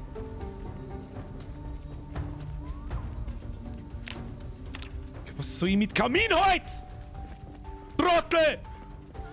Dann gehen wir jetzt da auf. Und das Gubbel? Was, ich sehe halt auf der Minimap, sehe ich halt auch nix. Da ist einfach bloß eine Straße. Okay, leg mir am Arsch. Du, ich glaub, du bist in einer infizierten Zone. Ich bin unschlüssig. Colin, merci dir! Da gibt's fast so viele Zombies wie ein Bulldog beim Land. Ja, ich fühle, die sollen mal Zombie Royal machen. Tutan für Fallen. Ich hab grad keine Zeit für Fallen. Obi, merci dir! Achtung, feinstes Backseat Gaming Incoming. Nimm als Charakter einen Einbrecher, der kann von Haus aus Autos knacken. Und in dem Spiel darfst du ohne gescheiten Loot niemals sprinten. Die Zombies sind brutal, was Spotten und Verfolgen angeht. Ja, Spotten. Ja, ich hab's schon verstanden. Die Musik ist ruhiger, das ist gut für uns. Das stimmt. Ja, aber sie verfolgen uns immer noch. Aber das ist nicht so tragisch. Das ist nicht so tragisch. Wir brauchen... Oh, ich sehe da Gebäude. Ich sehe rechts oben, sehe ich Gebäude. Oh, eine riesendrum Mauer. Ja, die Mauer wird da nicht so gaudi sein. Aber wir bewegen uns einmal in die Richtung. Und jetzt gehen wir da einmal durch die Stauern durch, hoffen wir, dass wir keine mehr haben. Und dann kann sein, so beizt mir jetzt ein, dass wir die hinter uns, dass die einen Sichtkontakt verlieren und dann vielleicht irgendwann einmal aufhören, uns zum Verfolgen. Das ist ja ein Witz. Du kannst die Zombie-Dichte am Anfang einstellen. Ich habe den normalen Abenteuermodus genommen. Ich glaube, da kann man nicht viel einstellen. Wir haben einen hungrig, ein wenig hungrig. Gut, das ist jetzt noch nicht so schlimm. Gott, was klickert denn da drin umeinander? Ja, du warst in einer infizierten Zone, weil jetzt nichts mehr los ist. Okay, sehr gut. Da ist ein Loch in der Mauer, das ist gut für uns. Jetzt schauen wir mal da rein, was das wieder für ein Bunker ist da. Grütze fix nochmal. Uns ist heiß und wir sollten uns eine Pause gönnen und überhaupt nicht sowieso. So, jetzt schleichen wir mal. Oh, Sägeberg. Boah, Sägeberg. Obi, merci für dein Backseat Gaming. Sicht unterbrechen und schauen, dass du dich nicht nochmal sehen lässt. Und 3 für den Anfang die Zombie-Dichte und deren Schwierigkeit runter, das ist Hardcore, was du machst. und als Startpunkt Rosewood hernehmen, alles andere ist einfach extrem. Tja, das sind lauter Sachen, die haben wir jetzt übersehen. Da müssen wir jetzt klar kommen damit. Hilft uns nichts. Kriegen wir schon. Noch haben wir nicht tot. Wir sterben heute nicht. Zero Depth. Ab in den Chat. Wenn ihr mitmacht, kriegt ihr umdrahte Ludenschelle. So, Kim. Aber Obi, ab jetzt erstmal natürlich drum nochmal merci, aber dennoch, ab jetzt in den normalen Chat, ich brauche hier gekonntes Backseat Gaming. So, wie kommen wir da rein? Gibt's im Sägewerk was? Da kann's Werkzeug unseren Scheiß geben, oder? Vorschlag haben wir. Ja, die Bude schaut gut aus. Das wird unser Lager. Schmutzige Bandage. Hoffentlich ist da irgendwie ein Klo drin oder so, dass wir unsere Bandagen sauber machen können. Bixig ist schon die ganze Zeit einfach nur. Was ist denn eigentlich das da? Baumstamm. Ja, das ist ein Baumaterial. Also man kann in dem Spiel auch craften, das weiß ich. Das heißt, also du kannst eine Base bauen, kannst die Häuser bauen, Treppen bauen, lauter so ein Scheiß. Das ist richtig, richtig gut gemacht. Aber wie man schon gesehen hat, so weit bin ich noch nicht gekommen. So, Bandage entfernen, schön eins nach dem anderen. Ja, dann ein paar Häuser und weit und breit keine Zombies. Das ist schon mal gut. Aber ich erwarte jetzt auch nicht den großen Schmaus, muss ich sagen, nehmen wir mal einen Müllsack mit. Da habe ich gelernt, da kann man eine Regentonne draus bauen. Aber da ist noch ein wenig hinfürchtig. Da ist natürlich nicht oft, das ist klar. Wenn wir Glück haben, ist das Fenster auf. Oh, Wasserspender! Wasserspender, sehr gut. Machen wir so. Fenster öffnen.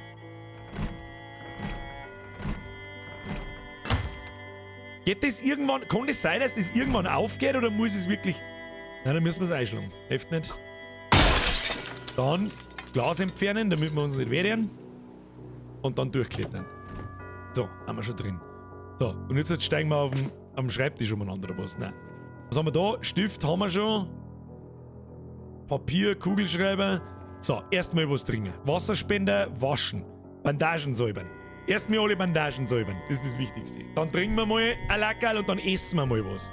Mich würde auch interessieren, kann man Dosen, also in echt natürlich nicht, das ist mir schon klar, kann man Dosen in Mikrowellen da trinken. Erstmal reingolden, ja. Waschen. Ich mich selbst. Wie lange dauert das?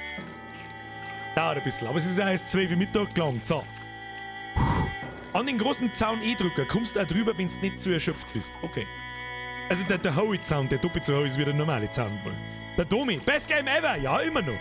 Tu dich nicht an, noch haben wir mir nicht tot. Ich hab schon ein paar Mal gehört, das ist eines der schwierigsten Survival-Games, die es gibt. Und ich hab grad gemerkt, warum. Erst die Bandagen auswaschen und dann die Drecksletten saufen. Ja, das ist ja, kommt aus dem Wasserspender aus, der Rest liegt da am Boden. Muss ich das eigentlich durchlaufen lassen, das mit dem Waschen?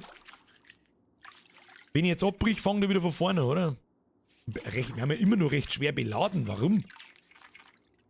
Was soll denn der Kaste? Die Blechdosen weg. Laden, Jeansstreifen, Laken. Okay, haben wir. Dann die haben wir Bandagen entfernen. Bandagen wechseln. Ja, das kriegen wir schon. Nur die Ruhe, Kinder. Stofffetzen. Nehmen wir Stofffetzen, gekratzt, Blut. Infiziert! Gott, wir müssen irgendwas finden, Alter. Leute, wir müssen irgendwas finden. So. Gott sei Dank haben da keine Zombies, das ist schon mal gut. Da unten haben noch 2 Gebäude, aber ich hab doch da ist doch irgendwo, da muss doch in seinem Sägewerk muss doch ein riesen Gebäude sein irgendwo, das gibt's ja nicht. Klamotten nass. Gute Frage. Sagt man das? Holzfällerhand, schmutzig, bloody, nicht ausgerüstet, lange Socken, nicht ausgerüstet. Warum steht da nicht ausgerüstet? Ach, wenn ich es nicht ausgerüstet habe, ist dieses Gewicht. Ja, okay, das macht Sinn. So, Schluss. Was ist da drin? Oder ist die Computerzentrale? Weiß ich nicht, da müssen wir wahrscheinlich nicht rein. Da gibt's nichts zum Fressen da drin. So, ja, super. In dem scheiß Sägewerk gibt's gar nichts! Im Dixie gibt's sicher Loot. Wir haben ihn nur verpassen können, dass ich da einschaue. Schande über mein Haupt. Ja, ich weiß auch nicht, wo wir hingehen sollen. Da gibt's nichts. So, ich noch mal im Sägewerk, was da gibt. Dann gehen wir jetzt da rechts. Rechts der Straße entlang, das hilft ja sowieso nicht. Aber vorher essen wir noch schnell was. Moment. Dose mit gepökeltem Rindfleisch.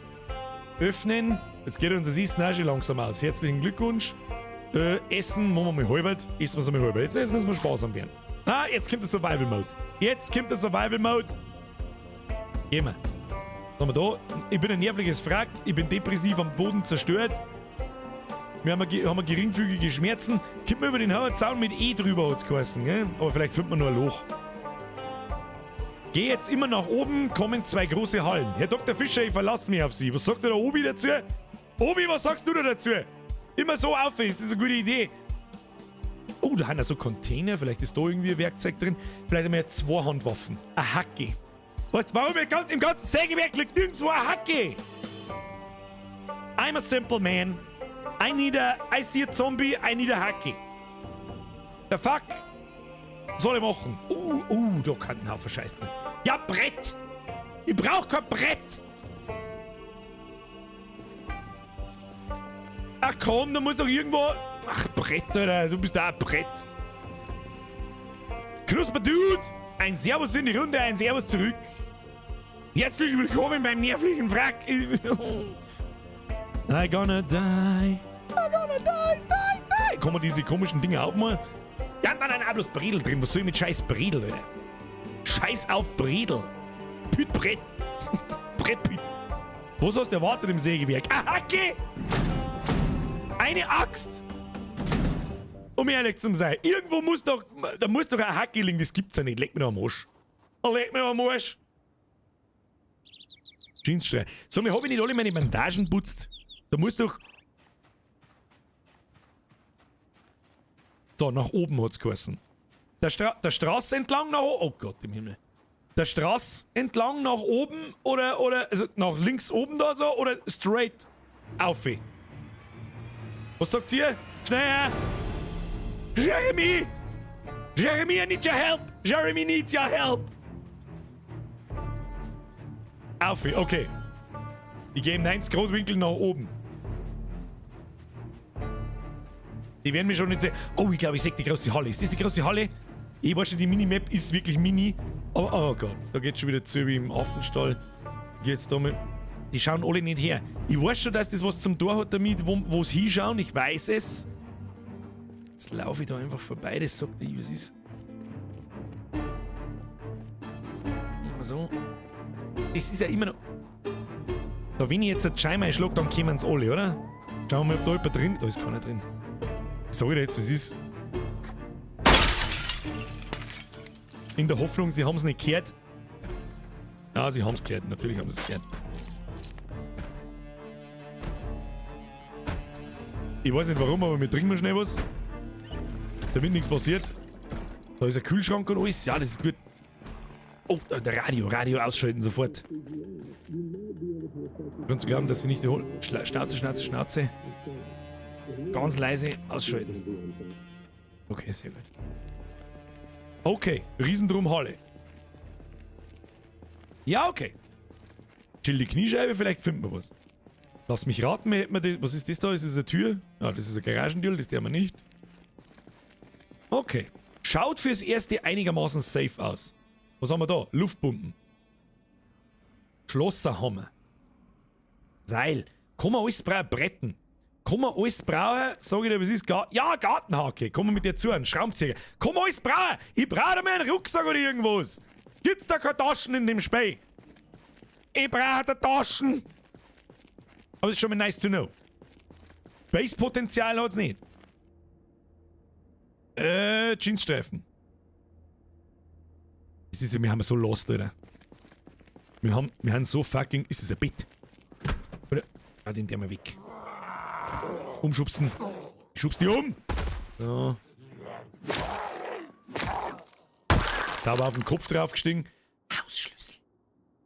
Hausschlüssel? Okay. Immer natürlich. Sehr gut. Tür abschließen. Tür abschließen. So, ist das ein Tisch oder ist das ein Bett? Geh jetzt so auf den Boden sitzen und das so abbauen. Ja, okay. Wir haben uns schon einigermaßen gefangen. Oh ja, sehr gut. Haben wir da. Ist da was? Schaut man nicht so, Getränkedose leer, Müllsack, kann man alles, das brauchen wir alles noch nicht. Mal, wieder nichts drin. Der Bulle ist ein wenig unentspannt. Ja sicher, hast du das gesehen? Wir haben alles. Außer Gefahr. Oh, da geht eine Treppe auf. Sehr gut. Kommen wir da nach vorne aufmachen? Warte mal. Ja. Grüß Gott beieinander. Da gehen wir wieder. Machen wir wieder zu. Das ist nichts für mich. Oh, da ist noch der Zombie-Sepp unten. Oh, und ein Haufen Kisten. Vielleicht ist da einmal irgendwo was anderes drin als ein scheiß Bredel. Hoi um. Umfallen sollst du, der sticht dir. Na! Nicht nur mit beißen, ich habe schon 3 Wunden. Voll zusammen jetzt! Was ist denn das? Das ist der Betonkahl! Voll zusammen jetzt! Das ist one. Sehr schön. Klebeband! Können wir das mitnehmen? Na, da können wir noch mehr. Ah, der voll gleich zusammen. Das ist gut. Oh, der hat ein Heim. Heim ist gut für uns. Oh, der hat Taschen. Da geh ich um sich kommen. Ah.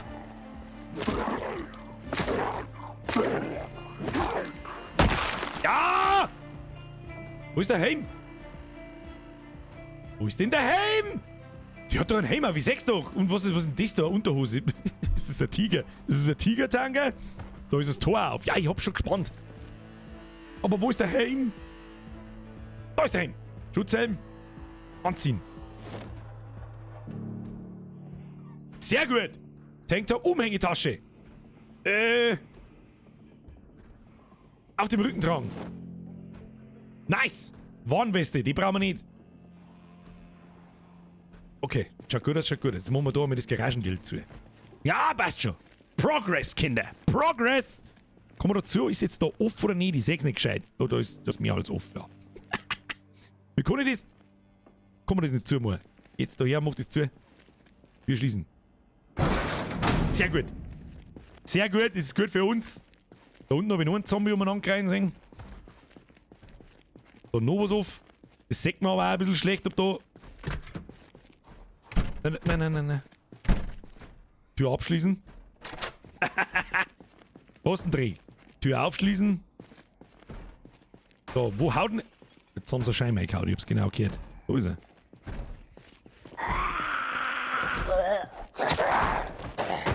Ja gut. Hat die was? Oh, Ranger gewonnen. Ranger gewonnen, sehr gut. Wir hauen da noch umeinander.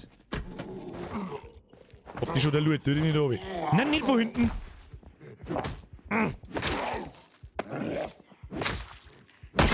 Sehr gut. So, Ranger-Gewand anziehen. Unser blutiges Gewand. Unser blutiges Gewand. Holzfällerhemd. Weg. Gut, da müssen wir schwarze Digital, Uhr, Schutzhelm, Militär. Wo sägen wir gut? Löcher 1, Bissverteidigung 10. Was hat die Ranger-Hosen? Oh, die ist viel schlechter. Ranger-Jacke ist auf alle Fälle viel besser. Anziehen. Ranger-Hemd. Werden wir auch anziehen. Socken. Werden wir auch anziehen. Gut, tu mir den BH jetzt weg! Wahrscheinlich haben wir wegen dem so fertig. Das ist ein Unglücksbringer. Und unser Unterhosen mit Rowdy Punktal ebenfalls wahrscheinlich. So, jetzt schauen wir doch schon einigermaßen stabil aus. Sagt der was ist. So, jetzt schauen wir mal einen kurzen Blick in diese Kisten da. Ah, eine Säge, Schutzbrillen, Staubschutzmasken, Schachtel mit Nägel, 100.000 Bredel. Das heißt, wir könnten uns da eigentlich eine Base bauen. Holz haben wir, Gartensäge, Feißel, Schaufel, Schlosser haben wir, 5000 Sachen, 5000 Bredel, Schachtel mit Schrauben. Oh, Kinder. Da haben wir noch nicht einmal ansatzweise. Oh, ja. Okay. Schauen wir mal. Haben wir wieder fließend Wasser? Ja, haben wir. Trinken wir mal schnell was. Aber mit dem Essen schaut es nicht gut aus. Essen sieht nicht gut aus. Bretter und Nägel kannst Fenster und Türen verbarrikadieren. Das habe ich gewusst. Das werden wir jetzt auch mal schnell probieren. Waschen. Alle Kleidung. Ich sag das jetzt, wie es ist. Jetzt müssen wir waschen. Und dann werden wir uns ein Nachtquartier daher bauen. Fenster verbriegeln. Absolut richtig. Wie viel können wir jetzt eigentlich tragen? Wir haben ja immer noch überladen. Sehr depressiv. Nervliches Frack, geringfügige Schmerzen. Haben wir mich jetzt noch überladen oder nicht? Recht schwer. Wir haben doch eine Taschen. Ach, das ist einzeln unterteilt, wo du das hinschiebst. Ja, okay, das macht... Okay.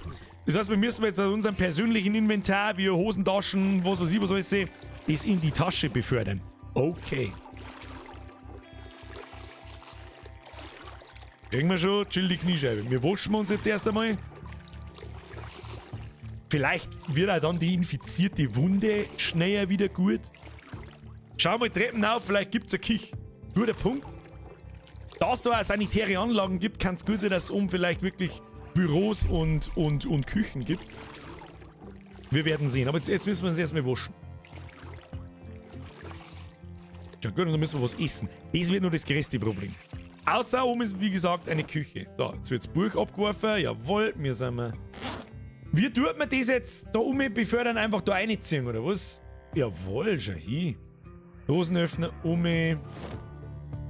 Fleischerbeil in Taschen Dann essen wir mal die restlichen gepökelten Rindfleischstickerl. Jawohl. Klebeband, der haben wir da einer. Laken, die Pistolen, die haben wir in Taschen. Pinzetten, die haben wir in Taschen. Ja, das schaut doch gleich viel besser aus. Zigaretten, die haben wir auch in Taschen. Die scheiß Blechdosen schmeißen wir weg. Faden in die Tasche. Eigentlich alles, was wir so nicht brauchen. Jetzt ist bloß noch die Frage, ob so, wenn ich jetzt zum Beispiel die Jeansstreifen da tue, ob die dann sofort verfügbar sind, wenn ich da jetzt sage, Bandage entfernen. Dann landet die wahrscheinlich in meinem Inventar. Und wenn ich dann rechts so Stofffetzen, dadurch, die sind schon verfügbar. Die tue dann. Also das Inventar ist schon global verfügbar. Ich muss das nicht irgendwie in der Schnellleiste haben oder sowas, dass das da. Wir haben immer noch nichts. Haben wir immer noch nicht fertig gegessen. Wir haben noch 3 Dosen Kartoffeln. Macht die mal. Ja, jetzt schauen wir mal, ob wir eine Küche finden. Achtung, nein, nicht. Achtung, Küche. Da gibt's Getränkeautomaten. Da ist ein Mini-Küche. Kühlschrank und Mikrowellen. Easy. Jetzt probieren wir mal was. So. Öffne Dose mit Kartoffeln. Eines. So. Dosenöffner. Zack. Wo ist jetzt das? Dose mit Kartoffeln. Die werden wir jetzt in Mikrowellen und die werden wir auf einschalten. Ah! Alles nehmt, ne? Was tun jetzt?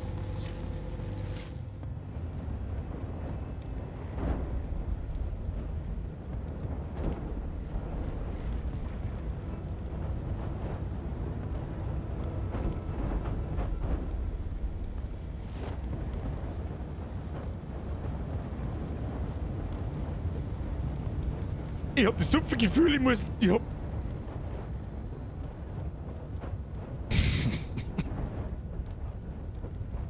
Echt jetzt, oder was? Ich hab. Okay. Okay, we're die! Okay, die Base hat sich... Oh, leck, Alter, die fackelt komplett ab! Scheiße. Okay. Nice try! Nice try! Mann, wir hätten da drin echt noch Sachen finden können. Den Vorschlag haben wir oder so. Was? Ich schick mich. Ganz schnell auflaufen. So schnell brennt die Bude nicht ab. Jetzt tu die mir nicht ab. Ich brauche irgendwo, weiß ich nicht, irgendwas zum Zuhören. Einen Hammer. Nimm einen Hammer. Nein, tu noch in den Taschen, du Idiot. In die Taschen. Frisches Stück Leim. Kuh, keine Ahnung, was ist denn da schon wieder so scheiß? Schwer. Was ist denn da so schwer, dass ich das alles... Kann man das nicht... Wenn ich die ganze Zeit überladen bin da! Was ist das so schwer? Was Scheißdreck! Wirf das weg jetzt! Brechstange! Den Scheiß zu hin! Schraubenzieher! Brett! Brett findet man noch genug! Ja! Säge! Säge, sehr gut! Ja! Gartensäge! Fäustle! Wie geht denn da rein? Nimmer der Teufel. Scheiße, die werden wir voll. Ja, aber Brechstange ist schon mal gut. Alter, die halbe Halle brennt. Okay, wir gehen auf. Ich möchte bloß schon schauen, was da oben ist. Was ist da oben? Das ist einfach gar nichts. Okay, tschüss. Ich weiß, Entschuldigung, ich weiß nicht, das war schon so. Fackelt da jetzt das Ganze. Oh, da haben wir noch was Gutes. Oder? Oh, Schaufel. Holy shit, der Schaufel. Wir nehmen jetzt alles mit. Schraubenschlüssel, nimm alles mit. Da sortieren wir später aus. Jetzt tu dich nicht an. Müssen wir sowieso eine Dreiviertelstunde lang von den Stifte, machen wir so Stift, trinken noch mal was. Befülle Wasserflasche. Jeansstreifen reinigen. Sehr gut, Abflug. So, brennt die Bude jetzt eigentlich alle noch? Brennt die jetzt ganz da komplett ab oder was ist denn mit der Bude jetzt da? Oder bleibt es da draußen? Alter, brennen die Zombies! Da muss ich jetzt schnell nachschauen gehen. Vielleicht brennt Base gar nicht ab. Kinder, vielleicht brennt die Base gar nicht ab. Oh, da ist aber stockfinster, Kinder. Da ist aber stock, ich seh gar nicht aus. Da, die brennen alle. Ah! Geht weg jetzt von mir! Ja, da könnt ihr ja mal anhauen, da, die Trottel. Alter, da brennt der Betonboden. Der sogenannte, wer kennt ihn nicht, der allseits bekannte brandgefährliche Betonboden. Ja, die einzige Situation, wo der Boden brennt, der ist in Fast and the Furious 18. Zombies können brennen und die Base ist im Arsch. Okay, das ist eigentlich alles. So ein Hammer nehmen. Oh, Nägel. Nägel kann man auch noch brauchen, das weiß ich. Weiß ich schon noch.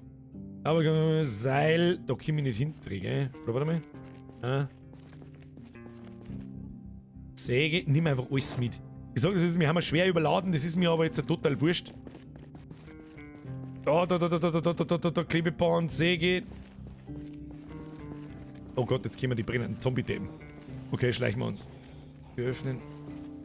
Das dauert so lang. Okay, verpissen wir uns. Die brennen alle. Gehen wir. Wenn ich jetzt noch weiter aufgehe, kommt dann nochmal so eine Halle. Wisst ihr das? Ah, da ist noch eine Halle. Das war die Halle, gute Halle. Wir schleichen wir. Da fetzen. Aber meine kommen noch nicht, dass uns jemand sagt. Was machen sie? Ja, ich probier's. In die andere Halle einzugehen. Wir haben einen Hausschlüssel gefunden. Ja, das war klar. Mit einem wären wir schon fertig. Solange jetzt da nicht wieder 20 herstehen, ist mir das alles wurscht. Wir schleichen wir so halber.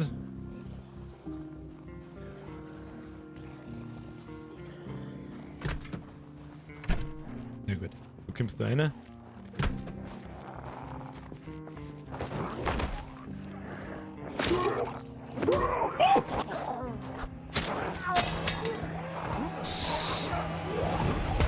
Nein!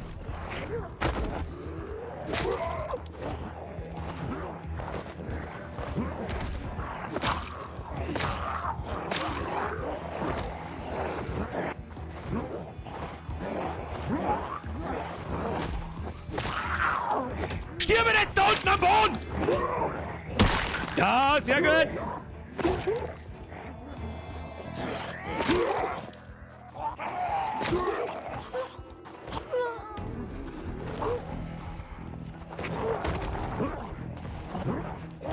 Auf dem Morner bleiben wir umstehen. Jetzt beißt er mich nochmal! Na! Na!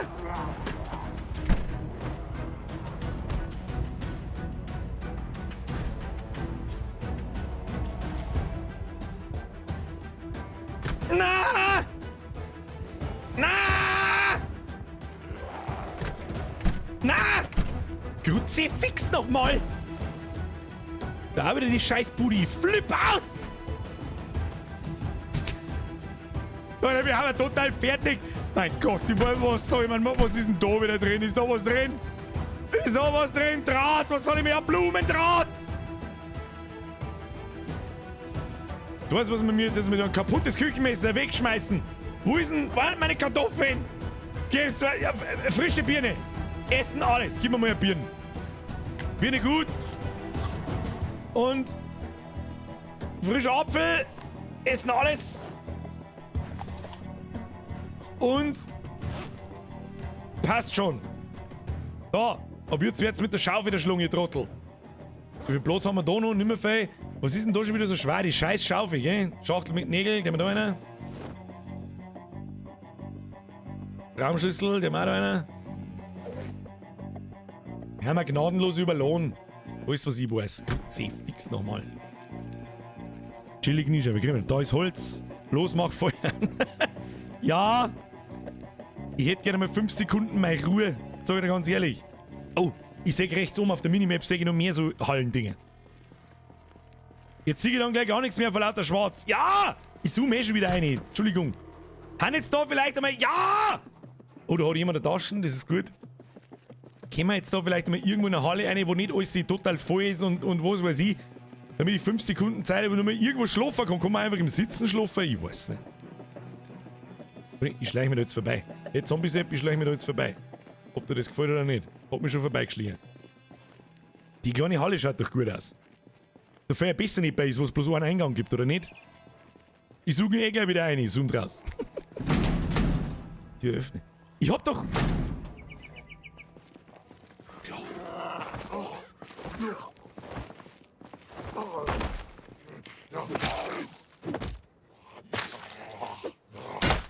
Und schon paddel ich die Eins! Und schon paddel ich die Eins! Und schon paddeln! Paddeln! Paddeln! Himmel, Herrgott! Boxerschwarzer dabei und eine Umhängetasche. Kann ich die primär, sekundär ausrüsten? Kann man die... Tatsache schon hin. Kann man da jetzt Zeiger reinwursteln, oder was? Und so? Jetzt kann ich halt bloß eine Einhandwaffen wahrscheinlich benutzen, weil ich auf der anderen Seite... Aber wir haben wir immer noch schwer überladen? Herzen sehr schwer beladen. 12 von 15, 2 von 15, 18. Schaufel? Bring mir die Schaufel in die Handtaschen rein. Meinst du? Wieso haben wir mir so schwer beladen? Was ist denn der Grund für das schwer beladen sein? Ich kapier's nicht. 12, 3,5. Ich kapier's einfach nicht. Ich kapier's nicht. Erstmal mitten Open Field, ja, na sicher Open Field. Ich hab keine Zeit jetzt da für den Scheiß. Säge? Sägeberg, Bad Sägeberg? Das ist auch nicht. Wasserflasche ist auch nicht. Was ist denn so schwer in meinem Inventar? Seid die Taschen oder was? 17 Sägen hast du, glaube ich, mitgenommen. Wie viele Sägen habe ich denn? Ich weiß nicht. Eine. Ich hab bloß eine Säge. Kartensäge. Säge 2. Ja, wirf mal die Säge am Boden. Jetzt wirf mal die Säge am Boden. Sägen findet man noch viel. Genug. Nur weil du den ganzen Obi dabei hast. Ja! Lass mich in Ruhe. Was habe ich in der Taschen? Moment, auf jetzt da. Tür öffnen, auf dem Boden schlafen. Geh zu, untersuche das Gebiet. Tür öffnen. Hey, was haben wir? Einen Hausschlüssel? Du Arschloch. Nein, da unten ein Zombie ist. Da gehen wir jetzt nicht. Wo gehen wir schlafen? Ich weiß doch nicht, was wir machen sollen. Was soll man machen? Musst du unbedingt noch einen Ei rauchen? Ja! Ich dachte gerne, Obi! Mach das Infofeld auf und schau auf das Gesamtgewicht. Was? Infofeld? Was für Infofelder, ne? Siehst du? Das ist das Inventarmenü, ne? Was meinst du denn da für Infofeld? Weiß ich jetzt gerade nicht, was du meinst. Aber was ist? Ich muss jetzt schauen, dass ich da irgendwo reinkomme, damit ich nicht in der Wildnis schlafen muss. Zombie selbst schnell erschlungen.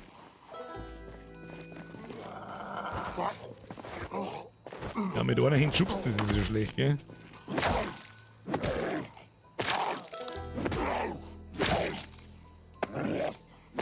Komm, stirb jetzt! Ja, sag mal, wieso halten sie denn jetzt so viel aus? Stirb! Er lebt halt halb noch! Alter, was ist mit ihm?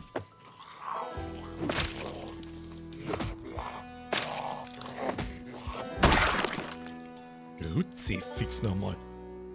Inventar öffnen und rechts oben schauen. Das da! Ist die... Um Gottes Willen, was ist denn jetzt? Jetzt hat man einen Scheinwerfer angestellt. Okay. Moment. Ich schau gleich. Fix, ich muss irgendwo hin. Ich muss irgendwo hin, wo wir schlafen können, wo ich vielleicht irgendwo zusperren kann oder irgendwas. Ich kann mich nicht mehr rühren. Ich sag das jetzt, was ist? Ich wirf jetzt jeden Scheißdreck da aus. Scheiß auf das Werkzeug, was bringt mir das? Schaufel weg! Schaufel weg jetzt!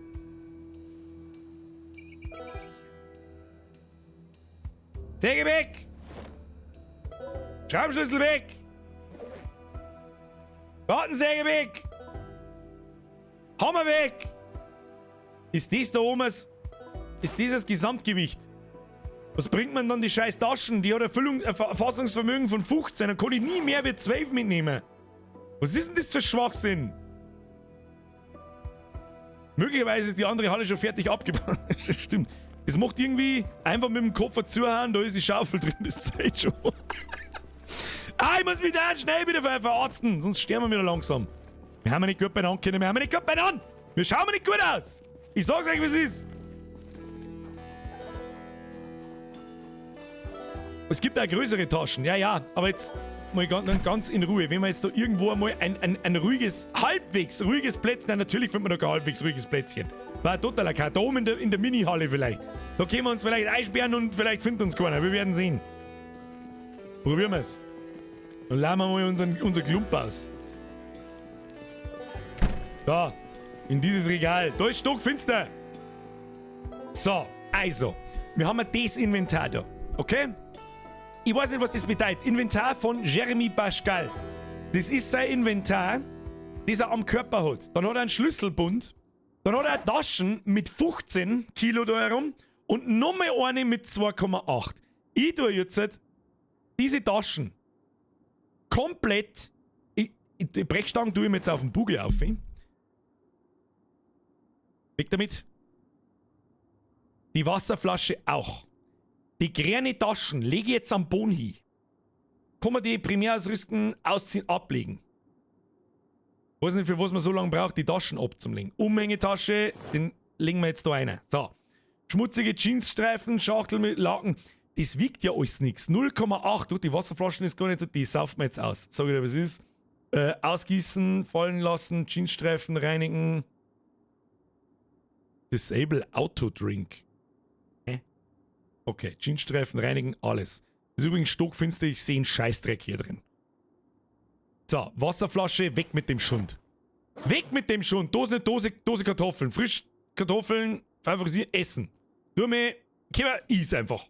Is einmal die Hälfte, passt schon. So, wunderschön. Frische Orange, ein paar Vitaminen.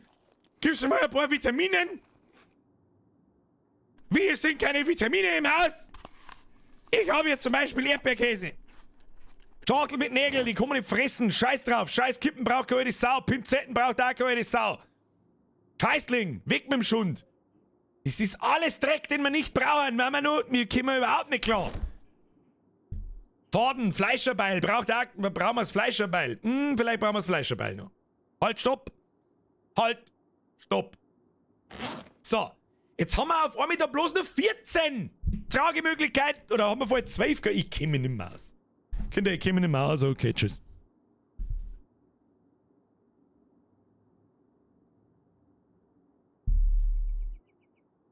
Jetzt kann ich lesen, das zeigt, dafür sage ich sonst nichts. Zigaretten sind OP. Ja, aber ich kann es nicht anziehen. Oder ich kann doch jetzt nicht einfach eine rauchen, oder? Rauchen. Benötigt, ja, Streichhölzer, Feuerzeug. Die Handgegner, dieses ausgelaugt, umfallen und unwohl und depressiv und so ein Scheiß, oder? Ja gut, wir legen uns jetzt da mal am Boni und schlafen. Jetzt sagt er, ich auf dem Boden schlafen. Es hilft nicht! Müssen wir betten! Hals! Was hier Halsschmerzen? Was Halsschmerzen? Der fette Mama hat Halsschmerzen. Bandagen entfernen. Verdammte Scheiße, Mann. Wir werden so dreckig elendig sterben. Noch nicht gleich, aber lang dauert es nicht mehr. Auf dem Boden schlafen. Schlafen kann nicht wieder einschlafen, versuche ich später noch einmal. Okay, komm, Alter.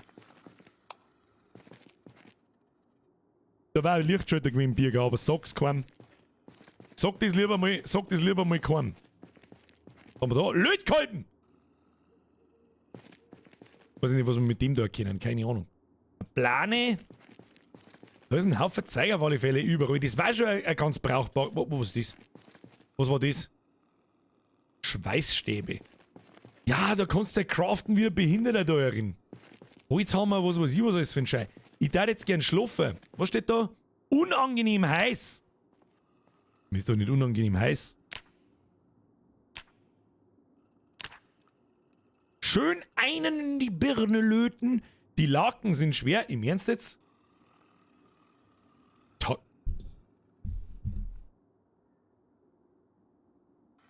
Sirabens oder Sir Rabens oder wie auch immer. Ihr seid... Wie bitte? Wie spät ist? Alles klar, Freunde der Sonne. Es ist 5 vor 10. Was?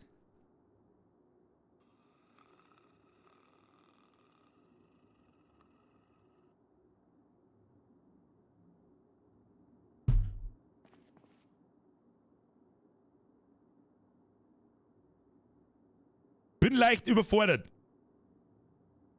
Das schnallt nix. Danke für die Unterhaltung. Triple F für die Mods. Gute Nacht. Okay. Okay, chill. Nochmal von vorn. So. An raus. Patronen sind raus. Was ist denn jetzt wieder? Hat mir jetzt wieder irgendein Zombie-Trottel erwischt, oder was? So. Was ist denn jetzt passiert? Ich schlafe jetzt da am Boden. Oder das? Vielleicht können wir durchschlafen. Besser. Jetzt ist 13 Uhr. Wir gehen mal raus. Schlagen wir die Leute mit der Brechstange. Wir haben ein paar. Achtung, das probieren wir noch aus. Bonk. Jetzt ein Horny Bonk.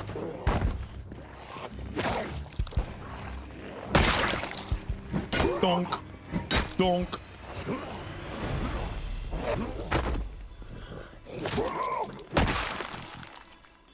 Okay. Okay. Ich weiß nicht so ganz, was wir da sind. Ich bin immer noch genauso überfordert wie am Anfang, ich sag's euch, was es ist. So, uns ist zu heiß. Warum ist denn uns immer zu heiß? Rangerjacke, Rangerhemd. Dann tue ich mir die Jacken. Die hat ja wenigstens ein bisschen was, aber das Hemd können wir mal ausziehen. Ja, fallen lassen, Kleidung zerreißen, ausziehen. Und jetzt haben wir es da herin und haben es ausgezogen. Okay. Hilft uns das jetzt irgendwie weiter? Ah ja, jetzt geht's wieder oben. Okay, verstehe. Darf man nicht die ganze Zeit sprinten? Verstehe ich das richtig? In welche Richtung gehen wir, wo wir uns auslocken? Ich flippe aus. Ich kenne mich keinen Stecker nicht aus. Obi, wo muss ich denn hin? Wenn ich da weitergehe, kommt da was. Obi, Brechstange auf den Rücken macht Gewicht weniger. Okay, ja, habe ich gerade von selber gemacht. Habe aber nicht gewusst, ob das was bringt oder nicht. Oh, in den Süden geht's noch. Kann man mit der Brechstange das Ding aufmachen? Kann man mit der Brechstange das Ding aufmachen? Jetzt passen wir auf.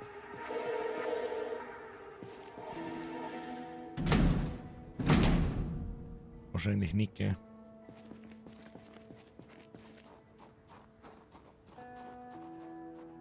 Ja, ich sehe da hinten auch keine Straße und nix. Und allgemein so eine Map war halt schon einmal ganz geil. Da, wo haben wir überhaupt? Alter, wo haben wir?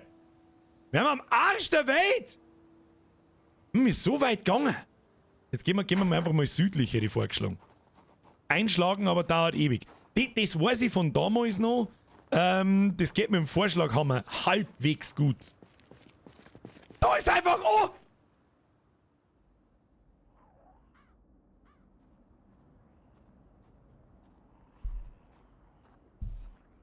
Da ist einfach off. Du alte Brutzkai! Voll zusammen! Und schon gibt's eine auf den Deckel! Was ist sie ausgedeckelt? Mal aber kurz einmal da. Komm mal die Tür. Bitte die Türe schließen.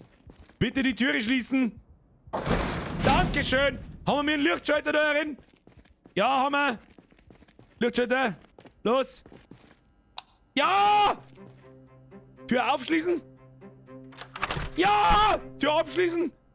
Ja! Da können wir haben unsere Base gefunden. Gibt sogar Stühle, schon.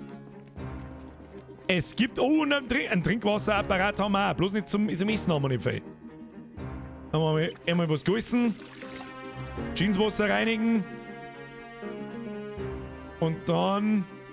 Abbauen, Klappstuhl. Fähigkeit, Metallbearbeitung haben wir, aber Werkzeug, Lötkolben und Schweißermaske.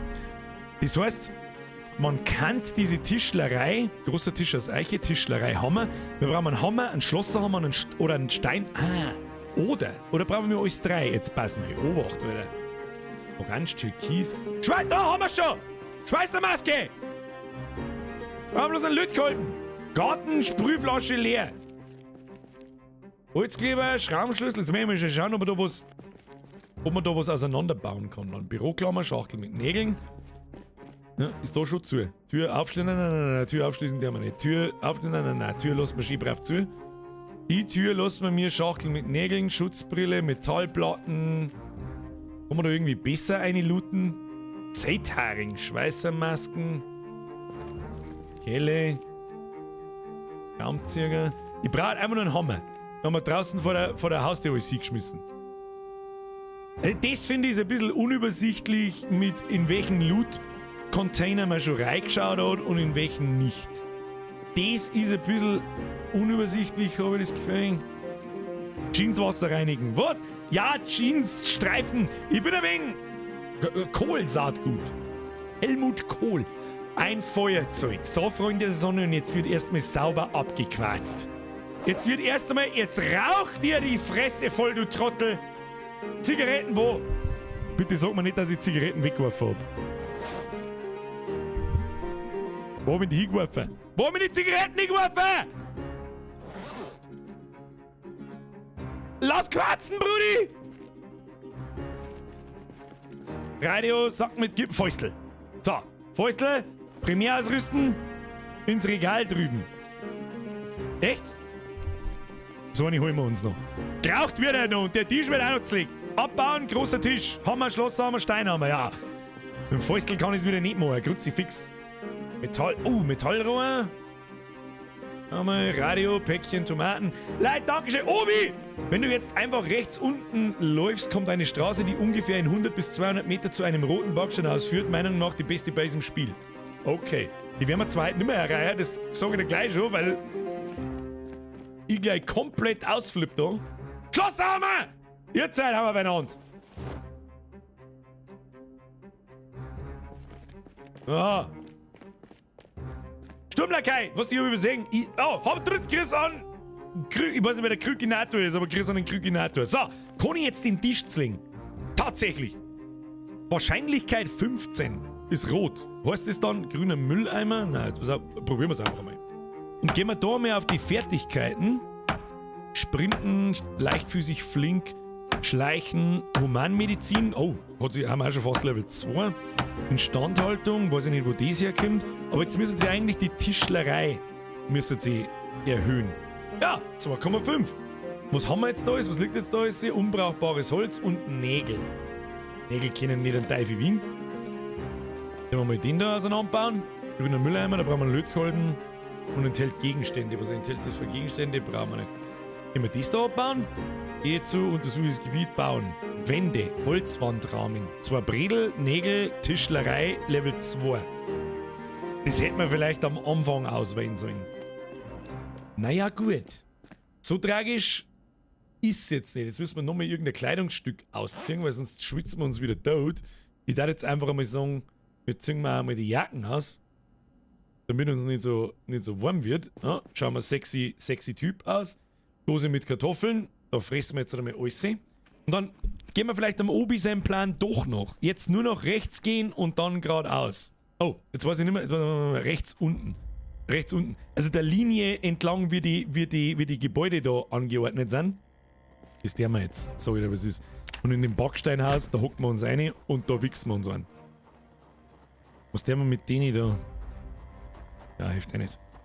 Hilft ja nicht, irgendwie müssen wir vorbei. Die hängen wir schon ab. Der Straße noch, bitte in den normalen Chat oben, nicht mehr per Donation. Brauchst nicht mit der Donation eskalieren. Ich geh jetzt da ein. Ich sag das, was ist, ich geh jetzt da ein. Haben wir überladen? Nein, sind wir nicht, aber uns ist ein wenig heiß schon wieder. Franz, geh nach!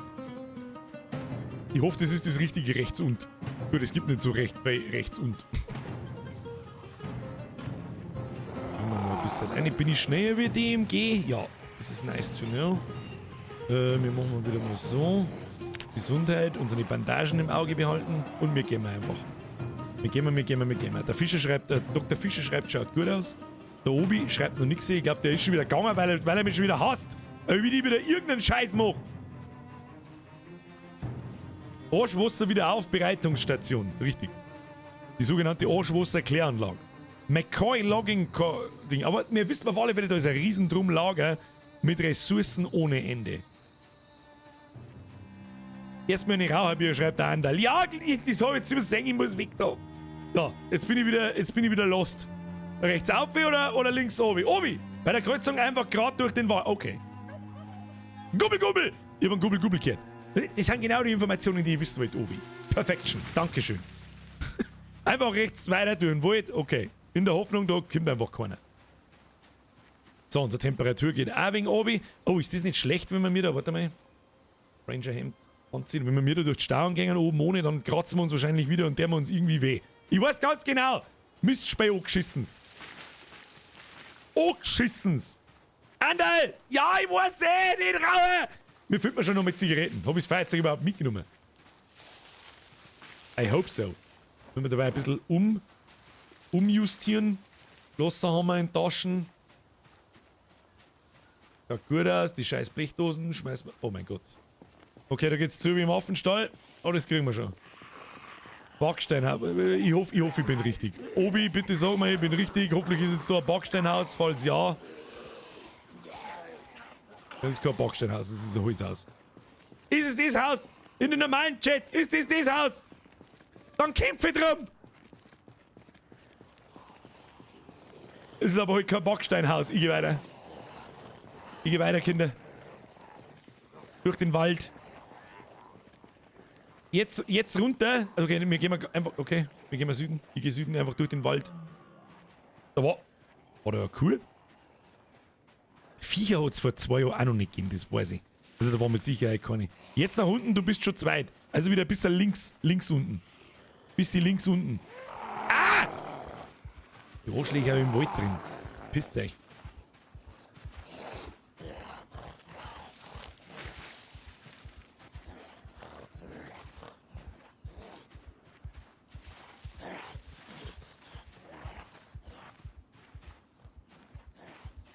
Zurück zur Straße, also eigentlich zurück. Okay. Ja, passt ja auch. Wir haben jetzt da die Zombies schon abgehängt. Zumindest ein Großteil. Geben wir natürlich wieder 5000. Nein. Der schwarze Punkt da auf der Map. Ist dieses Haus? Ist das? Wenn nicht, dann kite ich die jetzt da links oben jetzt. Ja, ich glaube, ich sehe schon. Das Quadrat. Das dunkelgraue Quadrat. Sagt's bitte ja. Oh, okay. Ja, ich sehe schon. Ah, da müssen wir uns ein bisschen rundum schleiern. Müssen wir jetzt abhängen. Sag ich dir, was ist. Da schlagen wir jetzt.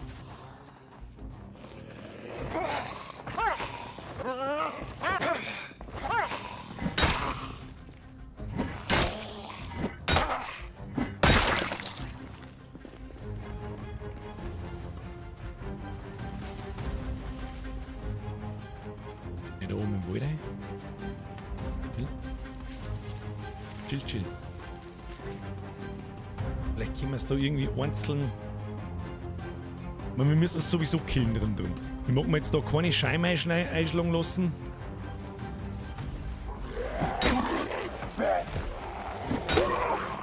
Der hat einfach ein Fleischhack gegeben.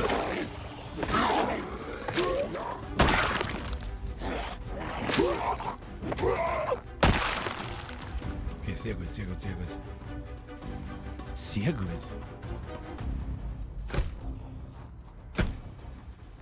Okay, chill.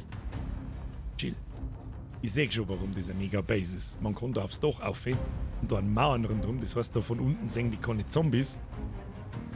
Vielleicht hat einer einen Schlüssel. Kann das sein?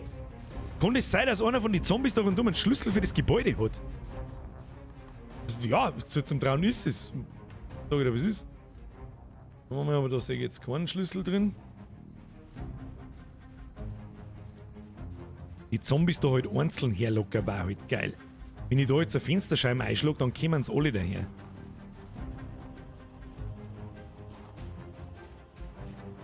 Da geht da jetzt wieder nichts. Jetzt, ich schaue jetzt einmal auf die anderen Seiten um mich. Geht die da oben mag ich nicht pullen, sag ich dir, was ist. Na Mann! Ach komm! Fuck!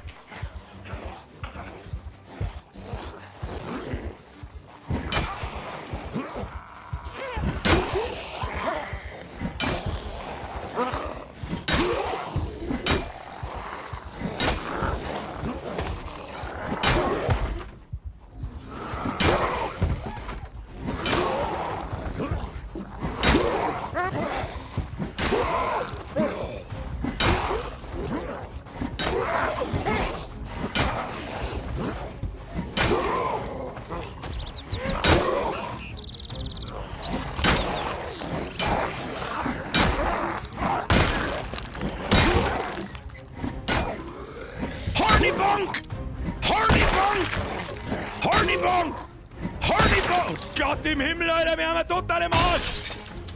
Stift rot. Karte von Mulder, die nehmen wir mit.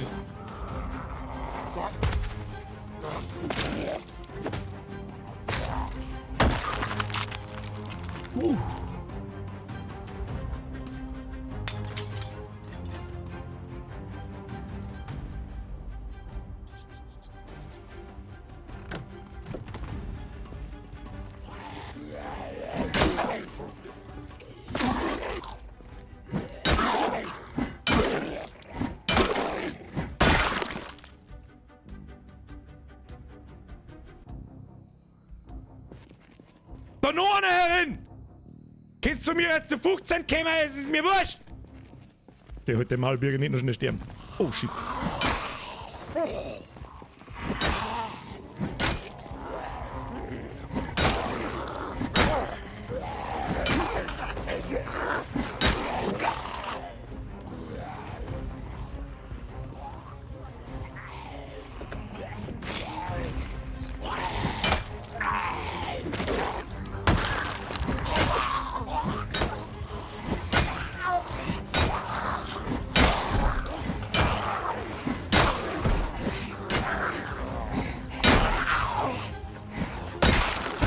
Okay, kommt's vielleicht noch nicht zu 15?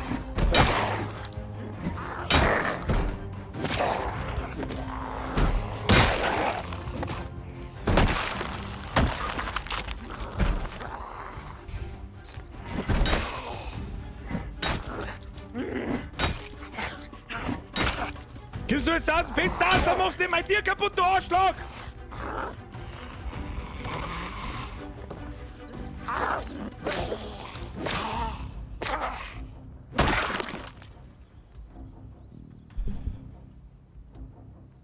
Hat jetzt da einer von euch einen Schlüssel dabei oder nicht? Zigaretten! Holy shit, ich muss erst mal eine kratzen, oder? Weil sonst geht gar nichts.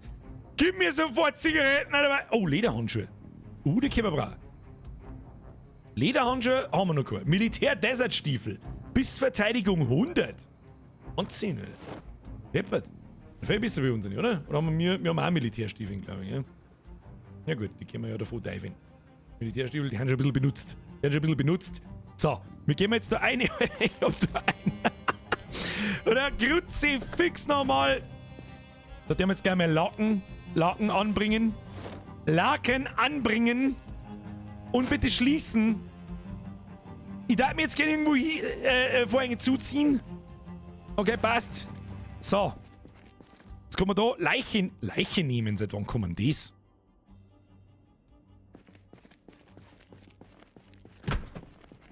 Weiß ich aussehen.